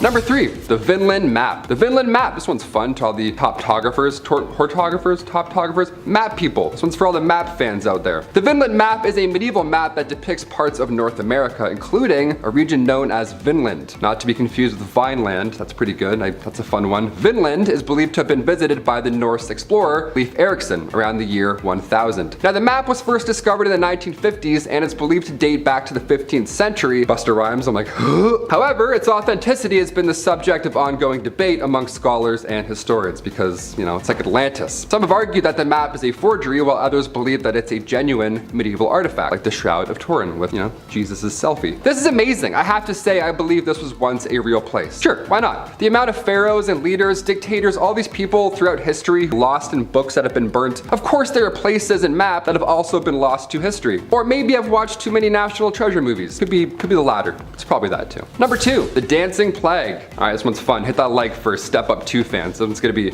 real sick. July 1518, one of the most bizarre dance circle / plague events, who knows really, in medieval history went down. It was the craziest dance circle all of history, I have to admit. The dancing plague. Yeah, why can't this be the plague that comes back now? Why it had to be the one that was gross, everyone's coughing on each other? Why could we all just be popping and locking in the streets in 2020? Would have been way better. The town of Strasbourg was calm, cool, and collect one summer, back in 1518, until out of nowhere, one woman began to dance, or convulse, uncontrollably in the streets. Others soon joined her, which is the weird part, and eventually over 400 people were all dancing the days away, or convulsing, one of the two. It's really tragic. See, this was not a good time. It's, you know, we call it the dancing plague, like, oh, they were all dancing in the street. No, it was a nightmare. People are like seizing on the ground. Seizing? People are seizing on the ground. It was tragic. A good amount lost their lives due to pure exhaustion alone. Authorities, they tried their best to help out the situation. They paid for musicians to perform for them while they convulsed, which is just the thing you need back then. They're like, oh my god, what's happening? Quick. They just played music. They're like, this makes it way better. This is so fun now. No, it was horrible. Everyone was sick. This was a disease. This happened a few times in Europe, believe it or not, between the 14th and 17th centuries, and we still don't know what exactly happened. All we know is that it was some sort of illness and that it was not like Step Up 2. Apparently it was not sick, nor 3D, nothing like that. And finally, number 1, no insults. This one here is great. This would change the game today. If we brought this one back, so good. I can't whistle, but it'd be like that. If you hurled insults at somebody back in medieval times, they were entitled to compensation, and they could summon everyone else who's around at the time to be a witness. Yeah, if you spoke bad of someone during the Viking Age, even if the person wasn't there, it could ruin their reputation. And because of that fact, you now need to pay them for the possible damages you caused with your words, with your sick, nasty words. It doesn't even matter if the insult was true either. The reputation was how you gained employment back then. It's how you met friends, and it was really important. It was an important thing not to be messed with. Also, if you insulted one man, apparently you insulted his entire family as well. So it's like that Vin Diesel kind of Fast and Furious family's everything vibe, where with one person, they're all coming at you. It was rough. There were some words, however, where a man would be allowed to kill you if you said it. I don't even want to know which words that was. Sometimes you went a little too far spreading lies, so they had to make it a capital punishment. Thou shalt not talk smack. Get out of here. Rome really had existed as nothing but a name by the time the empire falls on September 4th of 476, having been falling inwards on itself for just short of a century at that point. So started the periods between the 5th and the 15th centuries, known as the Middle Ages. This time can be split into 3 main sections: the early Middle Ages, aka the Dark Ages, High Middle Ages, and Late Middle Ages. One of the most famous events from the entirety of the Middle Era was truly kicking some ass in the Dark Ages, and it was the Black Death. Something that nobody gets anymore, with exception for a cool 20,000 some odd people between 2000 and 2009, and 56 people in the United States in the last few years. But if we pretend that we don't know that, and if we can avoid chipmunks like the effing plague carrying hairbringers of death they are, then we most likely don't have to worry. But travel back in time, say to the 800s or even 1340s Europe, and your chances of surviving are somewhere between 7 and 10 and 2 and 5. Black Death killed as much as 60% of the entire population of Europe. So when you're at work looking around but with those blank dead fish eyes, bored, cross off every third person you see in a pattern of 5 and try to figure out how many of them are gone and who you'd manage without. Probably now being in a position to go, hey boss, looks like you need new middle management team, and ain't since nobody left, hooray, promotion. That's exactly what happened in the Middle Ages too. After half the world died, kind of changed the balance of power. Suddenly peasants could ask for pay raises and improvements in working conditions, and life got a little better for them. This was further developed by the evolution of feudalism, and as a result, the first banks and widespread money supply appeared for the first time in Europe. R.I.P. freedom, hello capitalism. And speaking of the workforce, how about their dirty jobs? Knight, tosher, rat catcher, oh my, there's no shortage of terrible jobs in the Dark Ages. So let's cover a few. So a leech collector was a woman's role. She was often living in the countryside near marshes and bogs, just generally dirty open water spots where she could strip her legs bare, grab a bucket, and wade into the mud, waiting for leeches to sucker themselves on. At that point, she could scrape the buggers off, bucket them, and then sell them in town to physicians, the wealthy people, beauty stores, whatever. Enjoy the scabs and infectious diseases. The groom of the stool was a position for the royal household who was in charge of cleaning the king's badunkadunk, making sure it was clean and dry post his kingly, well, dumps. Tanning leather seems like it would just be hard. Don't worry, on top of stripping animal skin of its fur, soaking it, and consequently yourself in amounts of lime and salt. It also involved animal feces. See, you'd hire this other guy who somehow had a worse job than you. He's called a pure collector. He'd collect you dog poop, you'd grab it with your bare hands and mush it into leather to treat it. And don't get started on lime burners or treadmill operators, which was essentially a 50-50 death sentence job. And usually whatever job you ended up with was one for life, because chances are you stay in one place. Many people dream of traveling. My generation especially is one that's opting out of children in order to do so. This isn't new, and the human desire to travel and learn is something inherent, coming with curiosity and the need to discover. But this wasn't one of those times. Written records show that a sizable proportion of people not only didn't travel to other countries, they never even left their region or the village they were born in. Even if you did manage to travel, it wasn't planes and annoying but passable airport waits. The average traveler would often sleep out in the open air. Inns or other forms of accommodation were few and far between, and usually too expensive for the typical person to afford. So, aside from the super fun chance of freezing to death overnight, travelers in the Middle Ages also had to worry about being robbed or attacked on the road. Many people therefore chose to travel in groups, but even then you weren't entirely safe. Your homies could turn on you at any second. Consider also that roads and pathways were rough, and this was a ridiculous era where even spraining an ankle could prove to be fatal. Then there's finally bridges, which are quite rare, especially outside of big cities, so you might have to cross rivers manually, and while they could memorize and recite Latin every day, these dummies couldn't swim. Drowning was all too commonplace. Even the Holy Roman Emperor Frederick I died while attempting to cross a river. So if you're gonna live in one region, one city, and one house your whole life, naturally it would be a dingy shack. Because peasants' homes were small, often just made up of one room. They were constructed of wattle and daub, a type of method of constructing walls, in which vertical wooden stakes, or wattles, are woven with horizontal twigs and branches, and then daubed with clay or mud. Then they'd have a thatched roof to boot. And if they're well constructed, these bad boys could be waterproof and stand for a decent amount of time. But they required upkeep, and not everyone can afford that, especially seeing as it's essentially paper mache, twigs, and mud. You really had to stay on top of this. Inside of a hut, a third of the area was penned off for animals, which lived inside with the family. I know people that complain about the smell of a cat litter box. My guy, you could have had a whole donkey living next to the kitchen sink. Chickens, cows, pigs. Then, to really complement the mildew smell of rotting roof and the stink of sweat and feces covered animals, a fire burned in the hearth in the center of the hut so that the air was permanently eye-wateringly smoky. Furniture was maybe a couple stools, a trunk and bedding, and a few cooking pots. Beds were a thing, but they weren't very great. And don't forget a couple of dirty chamber pots kicking around the room. We may have discovered a new homing style, you guys. We could call it medieval open conceptualism with minimalism aesthetic. And when it's time to get your kid out of the house, you hook them up with an apprenticeship. The freaky Greekies weren't the only ones tossing their kids at other adults saying, here, take this and raise it. However, unlike the Greek apprenticeship, which came with some strings attached, as explained in the recent Top 10 Reasons Why Living in Ancient Greece Was Impossible video, the Dark Age apprenticeship was truly and solely about work. But nobody said it was good or fair work. From the midpoint of the Middle Ages onward, master craftsmen were permitted to employ youngsters for free so long as they provided them with food, lodging, and formal training in their specific craft, which would undoubtedly elevate their status in this society. But getting through an apprenticeship was hard as hell. First, nobody said the food had to be quality, so rations often sucked and apprentices could effectively starve. But then there was the fact you could just get beat up by your master at any time, because it was literally expected of them to do that. Why? Because apprenticeships were ways of parents to get crappy, troublesome teens out of the house and learn some discipline in society. To add insult to injury, apprentices were stuck between childhood and adulthood by being teens. Because on one hand, a teen in medieval times would have been treated as an adult. On the other hand, privileges of adulthood, like the right to inherit money or ownership of land, didn't come into play until around age 21. So you're expected to be an adult, treated like a kid. Small wonder then that the tales of apprentices misbehaving badly are a staple of written accounts from the Middle Ages. Rather than dedicating themselves to their professional development, apprentices would often be found in pubs and brothels. Normal middle-aged teen activity. And having a crappy kid sucks even more so back then than now because of the baby gamble. Choosing, if a woman got to choose, to have a baby was a hell of a decision in the Dark Ages. Plagues, famines, messed up weather,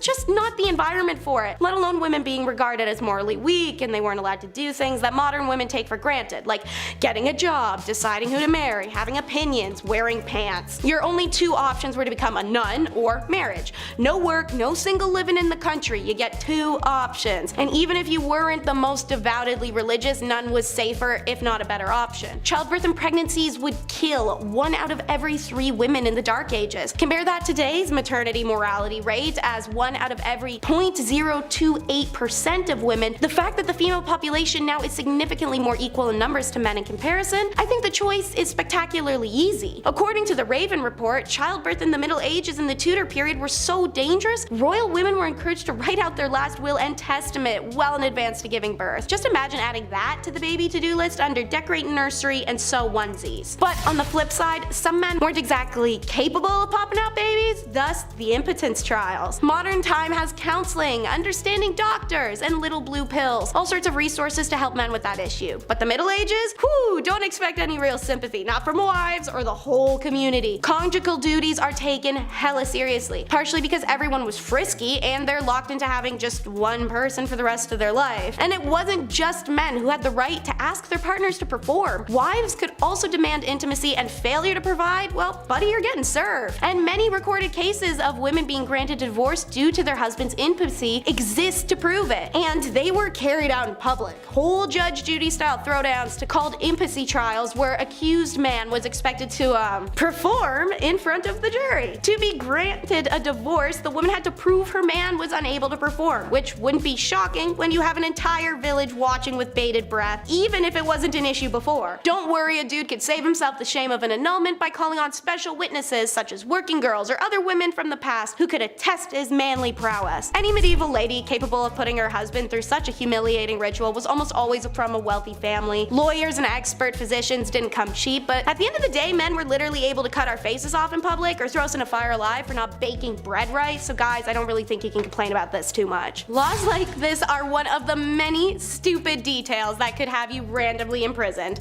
Another one, stingy stripes. Living in the Dark Ages is impossible for a lot of reasons, but having to keep track of hundreds of stingy laws to ensure you don't get locked up over a mistake truly was one of the hardest factors. What was the wrong way to pray, the wrong hair, a mole in the wrong spot, a color only the king can wear, or how the simple act of wearing stripes could lead to your imprisonment or even death. Why? Because for some reason striped clothing were seen as a garment of the devil. Thus anyone caught wearing them would at best get an evil eye from people in the street, or at worst get a hemp necktie. From the year 1250 onwards, the only people who were caught wearing stripes were the lowest of the low in society. Working girls, handicapped, the ill, the orphaned. They would don striped outfits highlighting their status as outsiders. In 1295, Pope Boniface issued a papal decree banning religious orders from wearing any type of striped clothing. In the year 1310, in the French town of Rouen, for example, a local cobbler was condemned to death simply because he'd been caught wearing striped clothes. Crazily, even animals weren't exempt. Records show that zebras were called beasts of the devil, even though people in Europe had only ever heard reports of them and hadn't even seen one with their own eyes. You can see how these guys led to colonization, right? Ridiculous. With the dawn of the Enlightenment in Europe, the hatred of stripes eased and eventually disappeared, and many look on the phenomenon with confusion, and understandably so. Time for the Shrek references. It's ogres and pitchforks. More specifically, just the pitchforks, and less specifically, really just the farm tools in general. You guys know in the movies like Shrek when the villagers all come carrying pitchforks and farm tools, and of all things, like why that and not swords? First of all, swords are heavy, and who has that kicking around? Seriously. Secondly, noblemen could require all male peasants over the age of 18 to report for military service. Didn't matter if it was a justified war against a viable external threat or just a petty fight against a local rival. If you are called up for duty, you had to report. According to histories of the time, around 1 in 5 peasant men would be in a military service. Food and clean water were in short supply, and disease was rife. Some historians reckon 2/3 of all conscripted men who died were killed by unsanitary conditions of their own camps over any enemy action. But peasants were required to bring their own weapons. Moreover, they would rarely receive anything more than rudimentary training, so they're sent to war unprepared and ill-equipped. Thus the thought process, well, if this tool works on my farm, for this, it'll work for that. So, what really sucked about military service in medieval times is how little was in for it for you. These days, joining the military can be a way of learning a trade or generally improving your lot in life. Not so back then. Feudal lords were fearful of their peasants getting too powerful, so you're once a farmer, you're staying one. If a peasant soldier got too skillful on the field of battle, there were several cases of them ending up mysteriously dead. It's like getting a Journalist of the Year award from the CIA. And finally, it wasn't just living that was impossible, but death sucked too. Alright, so evidently, whether from this video, others, or general universal knowledge, Dark Ages was pretty grim reality to live in. It's short, dirty, desolate, and brutal. But when it wasn't short, it was somehow worse. See, anyone over the age of 50, which was a crazy age achievement at the time, was deemed elderly. Unlike other cultures existing at the time, elderly in Europe are not even close to revered or respected. You didn't get to retire, having to pay your own way and continuing to work until physically you simply couldn't. Then, yeah, after that, you're really just a burden. Your own kids are side-eyeing you and everyone's asking you why you haven't died yet. What's the big hold up here, guys? For many, death was the only real chance to escape from everyday hardships or working the fields and trying to get enough money and food to survive. And when that finally happens and you pass through and rejoin the energies of our earth, you will finally find your peace. Yeah, no, psych, that still didn't happen. According to some research in Europe during the Middle Ages, massive 40% of graves were disturbed. Now, this wasn't like grave robbing during the Enlightenment. There were no university medical schools paying good money for fresh corpses to study. Rather, most cases of grave disturbances were run-of-the-mill theft. Often people would be buried with a small selection of their possessions, perhaps a favorite cup, a locket, a stuffed animal toy, or other such trinkets. In tough times, even some dead person's mystery grave junk might be enough to tempt a broke thief to dig someone up. However, this wasn't always the case. There's some even weirder crap too. Archaeologists in England have found evidence to suggest that in dozens upon dozens of quote grave robbing cases, rather than looking for objects, those responsible bound and gagged the dead bodies and then left them like that. It seems like they're fearful of restless souls, or perhaps of the undead rising again. Who knows, they had a lot of problems back then. Starting us off is cutting edge courtship, quite literally in this case. It was traditional in some Nordic countries to have courtship customs involving knives and daggers. This is due to sacrificial nature in their original belief. The purpose of a dagger is prevalent for that after all, but it was also due to its functionality. In Finland, when a girl came of age, her father let it be known that she was available for marriage by providing her with an empty sheath. The girl would wear an empty sheath attached to her girdle, skirt. If a suitor liked the girl, he would put a pukoko knife in that sheath, which the girl would keep if she was interested in him. If she wasn't, she could just toss that anywhere. The knives were often custom, so a man would be able to woo a woman with unique details and imagery on a blade, but could also offer an heirloom or traded blade. Seeing as women of the Nordic region didn't shy away from handwork such as farming, jewelry making, clay working, etching, clothiers, and even some positions like smelting, a blade was a thoughtful and convenient gift that also said, "I love you" a whole dagger's worth. Something so romantic about giving someone a gift they could quite literally kill you with. In the meantime, while the Scans are giving blades, the English are being taught the no-no days and the no-no ways. In layman's terms, they were being told how to have intercourse and when. That just doesn't make for a fun title. You may be familiar with these laws and regulations. They've come up in some of our other medieval and middle age videos. This was a time period where the church had a lot to say in state affairs. Not to say that it doesn't now, but they were able to make determinations such as intercourse schedules around the religion. Real laws were in place that people could not have sex on Sundays, Thursdays, or Fridays due to religious reasons. Whenever a holiday had a fasting period, such as Lent, abstinence was expected then as well. If anyone was to deviate from the set rules by having intercourse, they were committing a grave sin. These laws were written in penitentials, which were books that indicated what was allowed under the church rules and what was not. Oral, backdoor, premarital, and self-inflicted intercourse were banned in these books. Now thankfully their wide-range taboos included some good stigmas to have, such as interbreeding, so that minimized people keeping it in the family and messing up our future populations. But even with sexual laws, men could be knaves, which is just an old-timely way of saying being a dog. Now I'm not saying ladies couldn't have itchy feet and dog their way around too. We do it now and we've been doing it then, but it was a lot worse for ladies to be caught back then. So the general consensus is that it was rare, and when it did happen it was usually affairs outside of a marriage. In general, young medieval daters had to be cautious. While peasant marriages were a little more than saying we're married most of the time, reputation, especially for a lady, was huge, as was virginal status. Men of higher status often sought out beautiful peasant girls for affairs. Sometimes they benefited the woman greatly and she'd become an heir to a status child, thus elevating her own. But for the most part, it was pure carnal enjoyment men were after, in a time when women were told to do the opposite. And so it became a game of men trying to win a single woman into doing the act. She had everything on the line while he usually had nothing. Secret flings were frowned upon, to say the least, and were often seen as a sign of potential trouble, hence the English ballad that would warn of knaves preying on young fair maidens at country fairs. A young woman caught having affairs was a wild scandal that could even be punished for or put to death, so making the decision to bow to a lord's or even a common man's pressure could quite literally destroy a woman's whole life and being. Yet it's still a decision women made. Ah, hormones. Yet when it comes comes to marriage, it's always love versus politics. Medieval marriages tended to be negotiations, particularly around dowry, but it wasn't all about money. It was very important that a noblewoman is a virgin at marriage purely out of pragmatic reasons. Marriage, after all, was an alliance union of two families that required healthy and admirable legitimate children to be truly locked in. It's for this reason, as well as the violent men in society, that the church laws stated that the degree of pressure to encourage a marriage could not sway a constant man or woman, aka no forced consent. What was forced, however, was up to debate, so don't be too proud of them for having that law in place. A woman was able to call off her marriage up until it occurred for this reason, as was a man. Should this occur, dowry was either returned in full or only partially as a fee for the failed union. Alongside this was the courtly love direction romance and marriage began to take in the mid-ages, during a Shakespearean and theatrical influence. Marriage started to become idealized. We'll circle back to how this affected people later, but lower classes consistently did marry for love, since there's little to be gained materially from marrying for them. For most part, there was no official ceremony. That the social level marriage was more like, hey, we're married now and living together. By 1400 AD, there were actually many laws decreeing marriages needed to start becoming a public affair,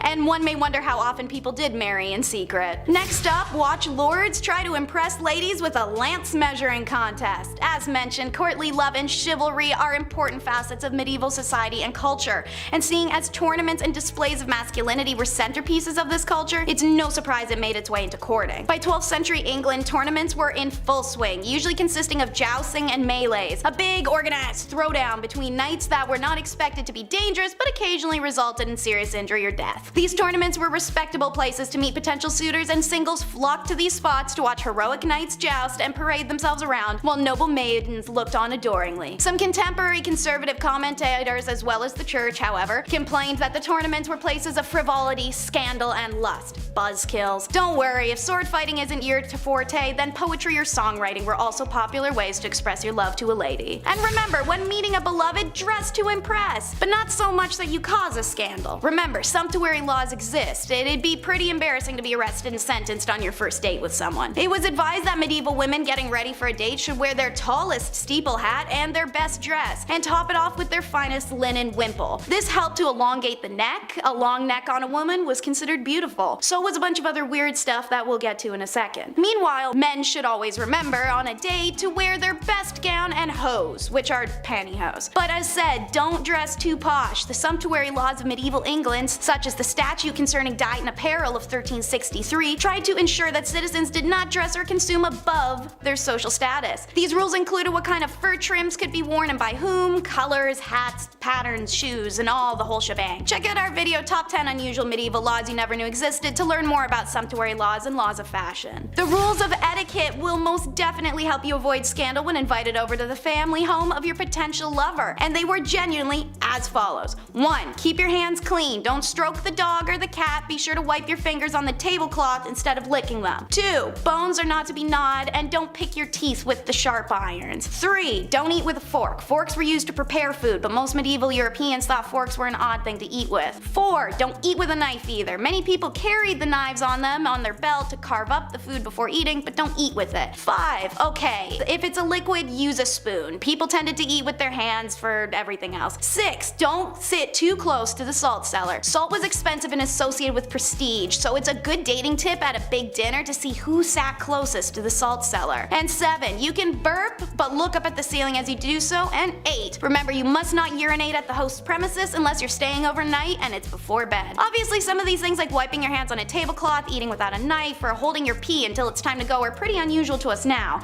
But back in the Middle Ages, if you wanted that shorty and not to ruin your reputation, well, you're burping at the ceiling, bro. I hope she's worth it. Next up is how love makes you crazy. This is a fascinating wormhole to travel down, and I learned from several journal articles that lovers in the Middle Ages had a real tendency to go mad. I mean, we all know the examples. Elaine, the fair maid of Astrolot, pining away. Romeo and Juliet taking their lives, and the raving madness of Ophelia. But these are just dramatizations, right? We tend to regard accounts of love madness in medieval literature as evidence that they overestimated the strength of erotic passion. In classical and early medieval periods, sexual love was regarded as carnal appetite to be controlled. But with the rise of poetry sentiment and the theater came courtly love, which was seen as a highly spiritual desire. The idea of courtly love had more to do with the concept of loving rather than pleasure. This idealized kind of love was based on a secret union where two lovers could only love from far away. These sorts of unattainable relationships were increasingly romanticized, but in medieval society, the notion that erotic love could drive people mad may not be so unrealistic. We understand now that mental illnesses are sometimes provoked by the stress between the individual and their social environment. Think of the pressure a woman had to marry.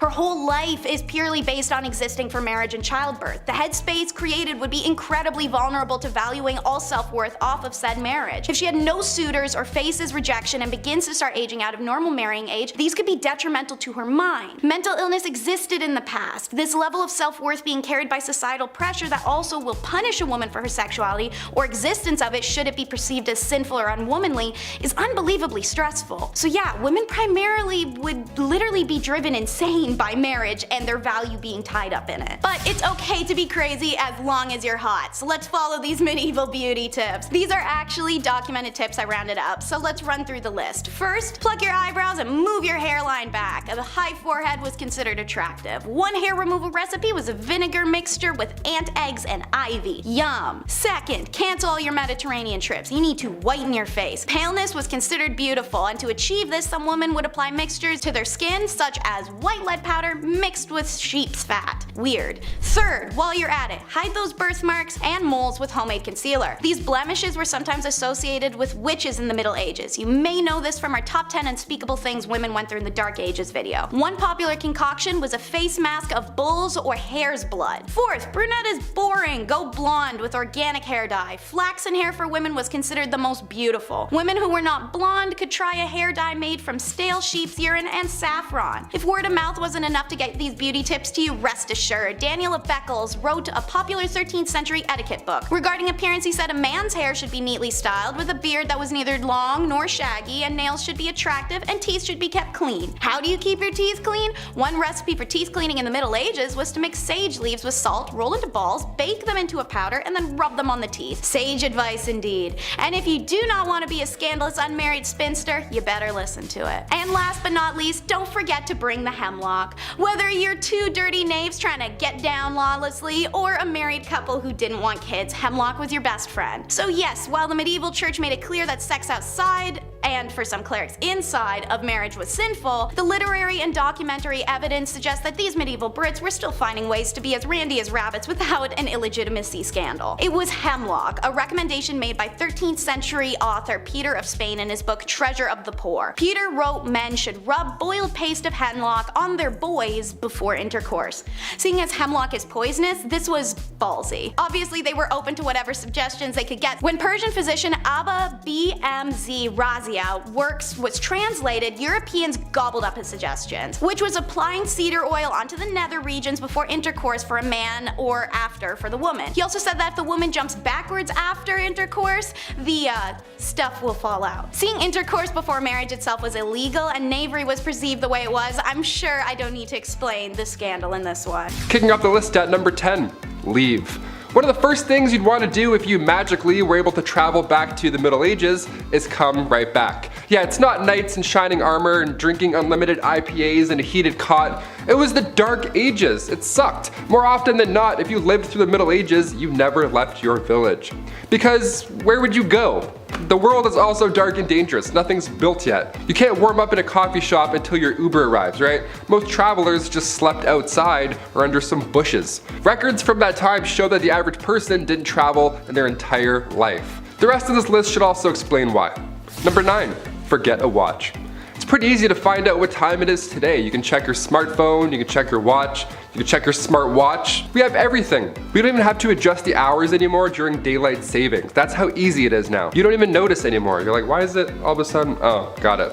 Apple, so good. Back in the Middle Ages, obviously it was harder to check the time. Minutes didn't even exist yet. Yeah, that tripped me out when I was reading this. The day was divided by 7 long hours. They used water clocks, sundials, all that jazz, but none of them could really tell time to the minute.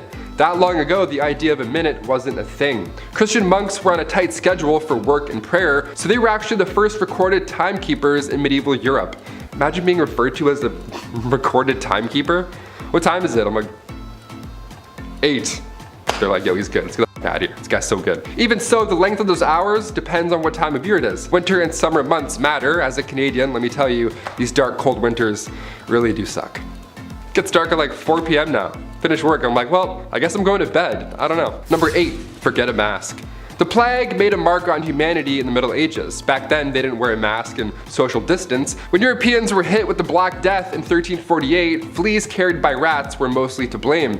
Around 1/3 of the population was killed, and it was easily contracted.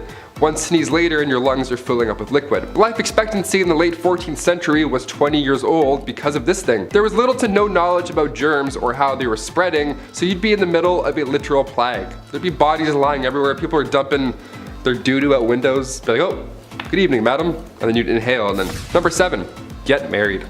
Love is in the air, and in the Dark Ages, marriage was difficult to do. This was long before divorce lawyers came around to get every last drop of you. It was so easy that if you loved somebody, you would just announce that now you're married. Chris, we're married now. Isn't that crazy? That's how easy it was, boom. No need for a priest, big celebration, paperwork? Who has time for that? Nobody likes that. Sex before marriage, of course, was also a no-no, so if somebody just happened to wander into the wrong chamber and caught you doing the dirty, all you'd have to do is lie on the spot and say that you're married, and then be like, get out, weirdo, and they're like, ah, crap, they're married. We'll try again later. But more often than not, witnesses would be asked to be present when this marriage happened, because the sad reality is that guys would often go through all this, get in bed, do the and then deny ever agreeing to the union in the next town when he's shacking up with somebody else. Horrible. Number 6, disturb the peace. When the Toronto Raptors won the NBA championships here, the place looked like Gotham City. Buses were flipped, there was garbage everywhere, people went nuts. Well, it's a good thing basketball wasn't around back in the Middle Ages, because if you disturb the peace in your local town, maybe you got too drunk, maybe you had an argument and got too loud, maybe there was even a scuffle in an alley, an old 1-2. These situations that are common today usually end up with a slap on the wrist. They'll just send you in an Uber home or put you in the drunk tank. But do any of those things in the Middle Ages and you were locked up in the center of the town for an entire day. You'd be locked to the pillory while the town threw stuff at you and said horrible things. They would assault you verbally all day long in the sun. And depending how bad you were the night before and which town you upset, your punishment could be 30 minutes, it could be short and sweet, or it could be all day long and brutal. Both of these sound awful with a hangover happening at the same time. Hit that thumbs up and keep the peace. Huh? Number 5, steal. While it's next to impossible to prove your marriage to somebody, it was also pretty tough to catch a thief. No alarms, no cameras, it was literally like Assassin's Creed. You would just throw your hood up, grab an apple, hide it, and then sprint into the woods for 30 minutes and be like, yes, I got away safely. The markup for stealing was also pretty insane for the time, but it made sense. If you stole something worth half a mark in Danish-controlled parts of England, you would be fined 80 times whatever you stole. So you'd better be a track star. If you're still on that pie, you're like, I gotta go. My family needs this. Each ruler had a different way of dealing with theft, so you may have gotten off lucky sometimes. Not trying to promote stealing here, but I'm talking about a time where people would risk their life to steal a loaf of bread for their family, you know? Not just like pickpocket a BlackBerry. But again, sometimes depending on where you got caught, you would lose an ear or you would lose a hand for stealing a cranberry. Anything over half a mark often resulted in death as a punishment. So run fast. Number 4, blasphemy.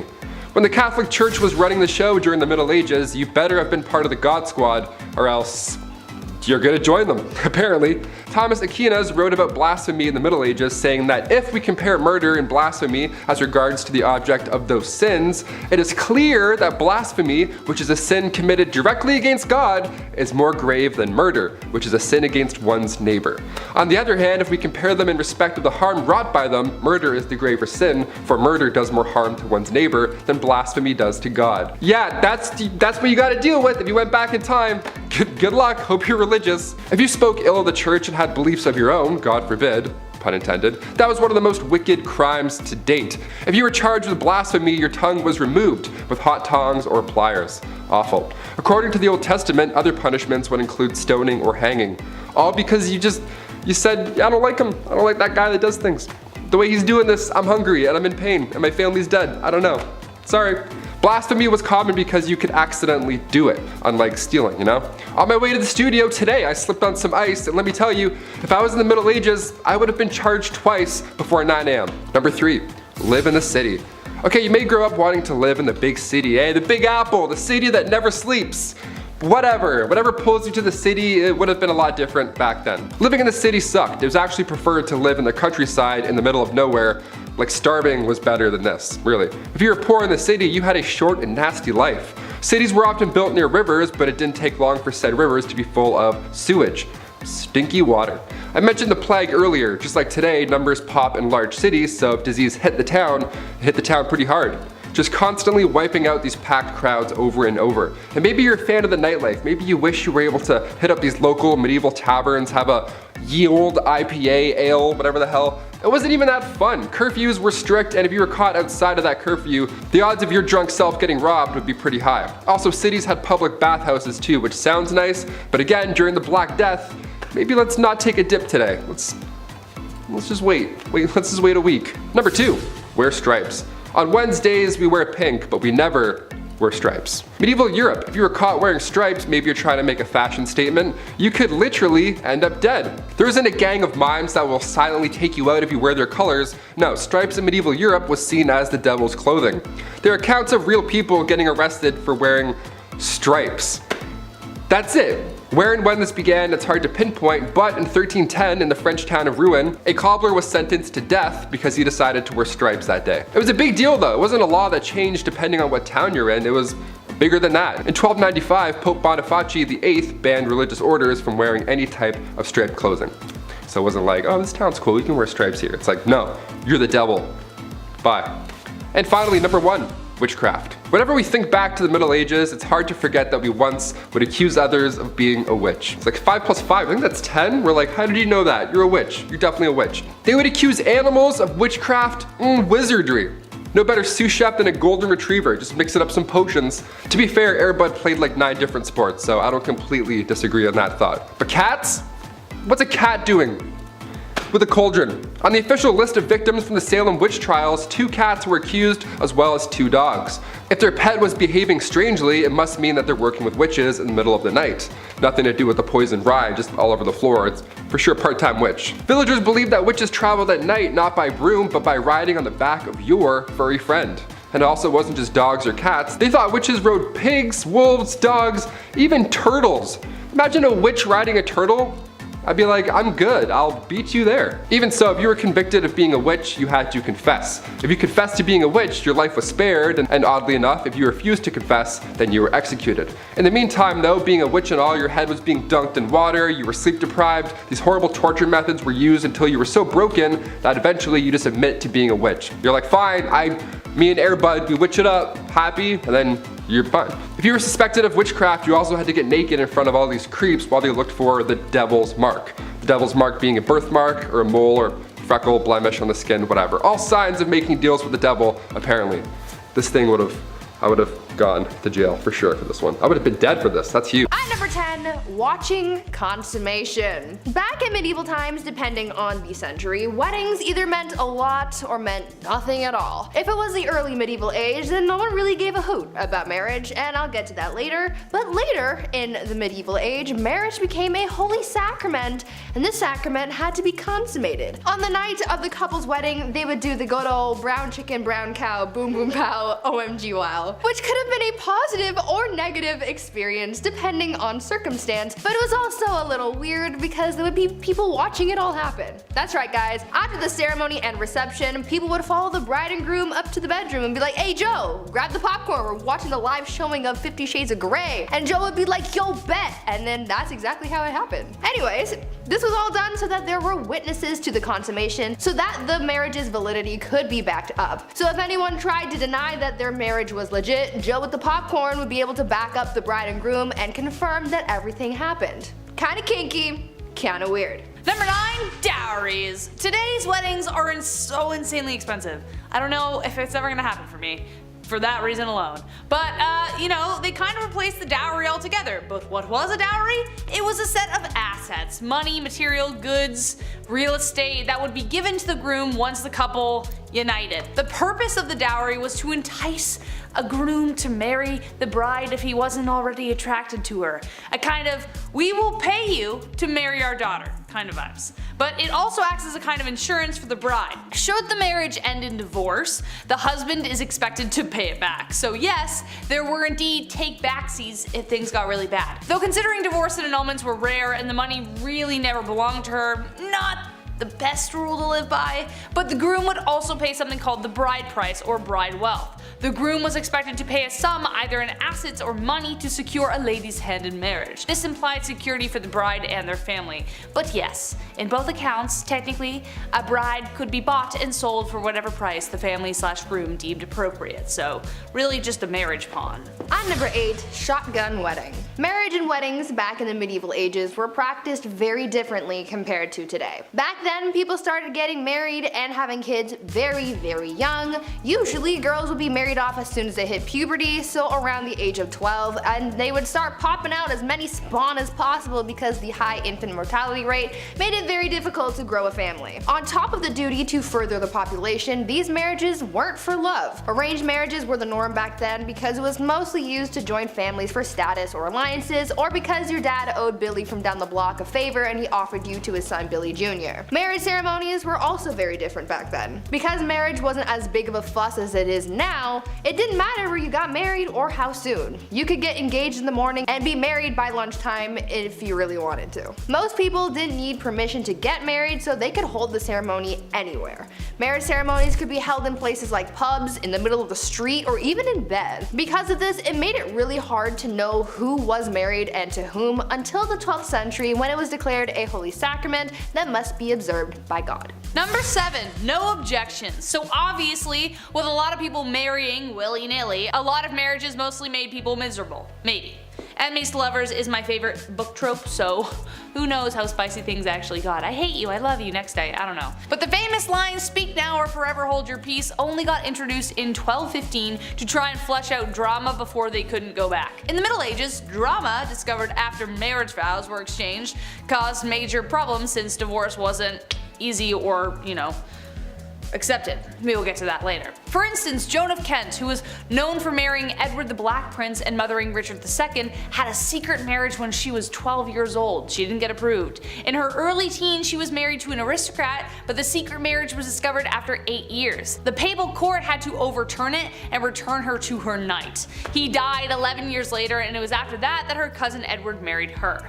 Wouldn't it have been nice to know that little detail before she married the aristocrat guy? Yeah, probably would have saved a lot of heartbreak. Hence why the speak now or forever hold your peace was introduced. At number 6, shoes! Back in the days of old, shoes were apparently a huge staple in society. They were pointy and weird and expensive and complicated and were even integrated into marriage practices. During the wedding ceremony, it was a tradition for the father of the bride to take one of the bride's shoes and give it to the groom. The groom would then tap the bride on the head with the shoe in a token of his authority. But the shoe traditions don't stop at bopping people on the head like little bunny foo-foo. You know how these days there's a tradition of throwing the bouquet at weddings, and apparently whoever catches it is the next to get married? Well, that tradition sort of came from the medieval tradition of throwing shoes at weddings. Instead of throwing flowers, brides would throw shoes at their bridesmaids to determine who was next to walk down the aisle. Now, this whole bride throwing things idea has failed me before because I caught a bouquet once and I'm as single as ever, so maybe someone needs to chuck a shoe at me or something this time. Please. Number 5, the bedroom trial. So divorce, again, wasn't a thing. On the upside of dying early, it potentially meant that you weren't locked in a marriage for too long. If the marriage did end, it wasn't a divorce, it was an annulment, which was very expensive. A common reason this happened was due to consanguinity, which was close relations by blood or marriage, which was forbidden. Other grounds would be adultery, leprosy, and impotency. Also failure to concede to the marriage debt, which was the obligation for both spouses to engage sexually. It actually didn't matter where this happened, you had to do it even if it was in a church. It was a big deal. Enter the bedroom trial. Court cases from the 14th century show records that bedroom trials took place that would determine whether a marriage should continue. The bedroom part is exactly as it sounds. The man and the woman were placed in a bed together and were to be watched by the wise women for several nights. If over the course of the night the man's member remains of no use, i.e. impotence, then it was determined that the marriage should end. But the wise women were most likely either complete strangers or the groom's grandmother. So I doubt that would have helped with the getting it up part. Poor guys. At number 4, marrying the country. If you married an entire country, does that count as polygamy? Are you technically married to everyone in the country or just the one country as a singular unit? These are the shower thoughts that I wish I could ask medieval queens, but unfortunately they died a long time ago, along with their marriage secrets and probably some recipes for poison too. Back to this whole marrying the country idea though. Back in the medieval age, when someone became queen, they had to get married more than once. For them, it wasn't just about marrying their spouse, they also had to marry their country. This process was called consecration, and it was something that a ruler had to go through in order to be a legitimate queen. The queen would go through a symbolic marriage to the realm, complete with prayers and a blessing and a ring and a crown. It was essentially like a real wedding, except the groom was a nation of people. Sounds like a happy marriage to me. Yeah. Number 3, the veil. As we have determined so far in our list, love wasn't the primary reason for marriage, especially for nobles, so as a result there were quite a significant amount of arranged marriages. Besides the symbolism of humility and purity, it was also used as a way of disguising the bride entirely. The bride would often be wrapped from head to toe to protect her from evil spirits. This tradition goes all the way back to ancient Roman times. That's one explanation, but during arranged marriages it was more literally used to hide the face of the bride from the groom. So if he didn't like what he saw after he literally unwrapped the package, well, too bad, she's yours now. Eventually veils progressed to being much smaller, but the tradition of revealing the bride to the husband to declare ownership remained a tradition even to this day, kind of, except now it's more romantically idealized. You see Priyanka Chopra's awesome veil and that, you know the one.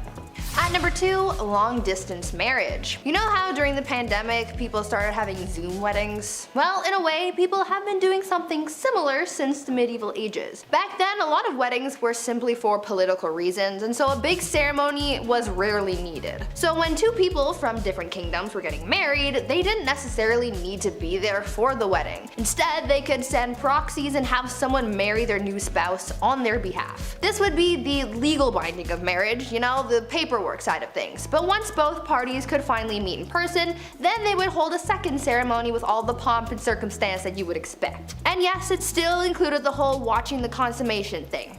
Ew. This proxy marriage actually happened to Marie Antoinette, and her brother was her proxy until she could get to the formal ceremony. So now we know that even back then, you didn't have to show up on time to your own wedding, and you could just get someone else to do it. Sounds a little cold to me, but like I've said before, love is dead and it died a long time ago. Mic drop, thank you. Number 1, last but not least, and this is the most messed up, the Lord's right. This one is definitely the most messed up tradition, and I don't even know how it was justified in the first place. Like, why was it even in place? Someone clearly made this happen so they could piss people off. The last thing anyone wants at their wedding is someone interfering with the wedding night. As we know, people for the most part had to observe the ceremony, but the Lord's right was something even more horrific. The droit de seigneur was a feudal right that existed in medieval Europe that gave the lord of the land the right to sleep with the bride on the first night of the marriage. That's right, so most often they would take the bride's virginity. Now, just how often this right was carried through is debated, but if your lord had a particular vendetta against you, it wouldn't be surprising. This right could also extend to a lord taking the virginity of every woman in the village, even if they didn't want to get married. It was ridiculous. However, late Middle Age and Renaissance era texts don't clearly determine whether this practice ever occurred. Texts from 15th century Switzerland references the Lord of Mar demanding the right of the first night or a hefty fee. So either you pay for it or I do it. The droit de seigneur was depicted in Mel Gibson's Braveheart, which added to the infamy of the idea, but no physical evidence determines whether any lord actually did it, but it did technically exist. Gross.